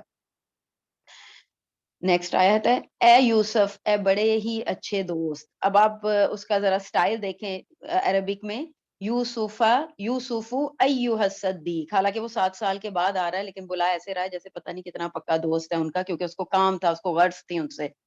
اور ساتھ ہی پھر وہ کہتا ہے آپ ہمیں اس خواب کی تعبیر بتلائیے کہ 7 موٹی تازی گائیں ہیں جنہیں 7 دبلی پتلی گائیں کھا رہی ہیں، اور 7 بالکل سبز خوشیں ہیں، اور ساتھ ہی دوسرے بالکل خشک، تاکہ میں واپس جا کر ان لوگوں سے کہوں کہ وہ سب جان لیں. اب آپ اس کے بولنے کا سٹائل بھی عربک سے تو بہت اچھا سمجھ آتا ہے جب ہم پڑھتے ہیں اس کو، کہ آخر میں وہ کہہ رہا ہے کہ ارجعوا الی الناس لعلهم يعلمون، کہ میں جا کے لوگوں کو بتاؤں، یعنی کہ میں اپنے فائدے کے لیے نہیں آیا تمہارے پاس. ملک کے اندر جو ہے بادشاہ کو یہ خواب آ گیا ہے اور ہمیں پریشانی، سارے لوگوں کو پریشانی ہے، تو آپ مجھے بتائیں. حالانکہ وہ اپنی پوزیشن بنانا چاہ رہا تھا بادشاہ کے آگے کہ وہ خواب کی تعبیر لے کے آیا تو اس سے ہو سکتا ہے اس کو کچھ مراد حاصل ہو جائیں. یوسف نے جواب دیا تم 7 سال تک پے در پہ لگاتار حسب عادت غلہ بویا کرنا اور فصل کاٹ کر اسے بالیوں سمیت ہی رہنے دینا، سوائے اپنے کھانے کی تھوڑی سی مقدار کے. اس کے بعد 7 سال نہایت سخت قحط کے آئیں گے، وہ اس غلے کو کھا جائیں گے جو تم نے ان کے لیے ذخیرہ رکھ چھوڑا تھا، سوائے اس تھوڑے سے کے جو تم روک رکھتے ہو. اب یہ جو ہے کہ سوائے اس تھوڑے سے کہ جو تم روک رکھتے ہو، یا تو یہ ہو سکتا ہے کہ وہ نیکسٹ جب سیزن آئے اور اس کو بیج بونے ہو تو اس کے لیے بھی، یا پھر دوبارہ جو ہے اپنے استعمال کے لیے کہ کچھ سٹور کر کے رکھو. اور 2 معنی یعنی کہ اس کے ہو سکتے ہیں، ایک یہ کہ کچھ سٹور کر کے رکھو، اور کچھ یا پھر دوبارہ کاشت کے لیے بھی استعمال ہونے کے معنی میں بھی آ سکتا ہے. اس کے بعد جو سال آئے گا اس میں لوگوں پر خوب بارش برسائی جائے گی اور اس میں شیرہ انگور بھی خوب نچوڑیں گے، یعنی کہ اس کے بعد بارشیں ہوں گی اور خوب پھل ہوگا اور خوب جو ہے وہ دولت آئے گی. اور بادشاہ نے کہا یوسف کو میرے پاس لاؤ. جب قاصد یوسف کے پاس پہنچا تو انہوں نے کہا اپنے بادشاہ کے پاس جا کر اور اس سے پوچھ کہ ان عورتوں کا حقیقی واقعہ کیا ہے جنہوں نے اپنے ہاتھ کاٹ لیے تھے، ان کے ہیلوں کو جاننے والا میرا پروردگار ہی ہے۔ اب اس میں یہ ہے کہ وہ شخص تعبیر دریافت کر کے بادشاہ کے پاس گیا اور اسے تعبیر بتلائی، تو وہ اس تعبیر سے اور یوسف علیہ السلام کی بتائی ہوئی تدبیر سے اتنا متاثر ہوا کہ بادشاہ نے یہ اندازہ لگا لیا کہ یہ شخص جو ہے وہ غیر معمولی علم اور فضل اور اعلیٰ صلاحیتوں کا مالک ہے۔ تو بادشاہ نے انہیں دربار میں پیش کرنے کا حکم دیا۔ تو یوسف علیہ السلام نے جب یہ دیکھا کہ بادشاہ اب مائل بکرم ہے، تو انہوں نے اسی طرح محض عنایت سے یعنی کہ بادشاہ کی عنایت سمجھ کے جیل سے نکلنا پسند نہیں کیا، بلکہ اپنے کردار کی پاک دامنی جو ہے وہ ان کو عزیز تھی، کہ تاکہ دنیا کے سامنے یہ ظاہر ہو جائے کہ آپ کا جو ہے کردار وہ بالکل صاف ہے۔ بادشاہ نے پوچھا، اے عورتوں، اس وقت کا صحیح واقعہ کیا ہے جب تم داؤ فریب کر کے یوسف کو اس کی دلی منشا سے بہکانا چاہتی تھیں؟ انہوں نے صاف جواب دیا کہ معاذ اللہ، ہم نے یوسف میں کوئی برائی نہیں پائی۔ پھر تو عزیز کی بیوی بھی بول اٹھی کہ اب تو سچی بات سامنے آ گئی ہے، میں نے ہی اسے ورغلایا تھا اس کے جی سے، اور یقیناً وہ سچوں میں سے ہے۔ تو بادشاہ نے جب پوچھا تمام عورتوں سے، تو انہوں نے یوسف علیہ السلام کی پاک دامنی کا اعتراف کیا، اور پھر جو زلیخا تھی عزیز مصر کی بیوی، اس نے بھی اعتراف کر لیا، کیونکہ اس نے اب دیکھ لیا کہ ان سب نے بتا دیا، تو اس نے بھی کہہ دیا کہ یوسف بے قصور ہیں اور یہ سب میری طرف سے ہی ہوا تھا۔ آیت نمبر 52 ہے یوسف علیہ اچھا اس آیت کو بھی تھوڑے سے سمجھنے کی ضرورت ہے، جو اگلی آیت ہے، ذالک لیعلم انی لم اخنہ بالغیب وان اللہ لا یہدی کید الخائنین۔ اب اس میں علماء کے دو قول ہیں، پہلے میں میننگ پڑھ لیتی ہوں، کہ یہ اس واسطے سے کہ جان لے کہ میں نے اس کی پیٹھ پیچھے خیانت نہیں کی، لم اخن، میں نے خیانت نہیں کی، بالغیب، اس کی پیٹھ کے پیچھے۔ اب اس میں علماء کے دو قول ہیں، ایک تو یہ کہ شاید یہ یوسف علیہ السلام کے الفاظ ہیں، اور انہوں نے کہا، اور انہوں نے بادشاہ کے پاس جا کر یہ الفاظ کہے کہ جو ہے انہوں نے بادشاہ کہ میں نے عزیز کو چیٹ نہیں کیا، اور ان کی اپنی پاک دامنی کو ثابت کرنے کے لیے انہوں نے کہا کہ میں نے عزیز کے پیچھے پیٹھ پیچھے اس کی خیانت نہیں کی، یعنی کہ اس کی بیوی کے ساتھ کوئی ایسا کام نہیں کیا۔ ایک تو یہ قول ہے، اور ایک علماء کا قول یہ بھی ہے کہ یہ الفاظ زلیخا کے بھی ہو سکتے ہیں، کہ وہ کیونکہ پیچھے کنٹینیو اسی کی بات آ رہی ہے، تو ذالک لیعلم، تاکہ وہ جان لے، انی لم اخنہ بالغیب، کہ میں نے کیونکہ اس وقت یوسف علیہ السلام دربار میں موجود نہیں تھے جب یہ سارا واقعہ ہو رہا تھا، وہ ابھی جیل میں ہی تھے، وہ قاصد ہی آیا تھا بتانے کے لیے، تو کہ یوسف یہ جان لے کہ میں نے جو ہے اس کے پیچھے جو ہے وہ خیانت نہیں کی، یعنی کہ جو اصل بات تھی وہ میں نے بتا دی۔ تو یہ زلیخا کا قول بھی ہو سکتا ہے، اور یہ کہ اللہ دغا بازوں کے ہتھ کنڈے چلنے نہیں دیتا، اور اللہ ہی بہتر جانتا ہے کہ یہ کس کا قول ہے۔ صدق اللہ العظیم۔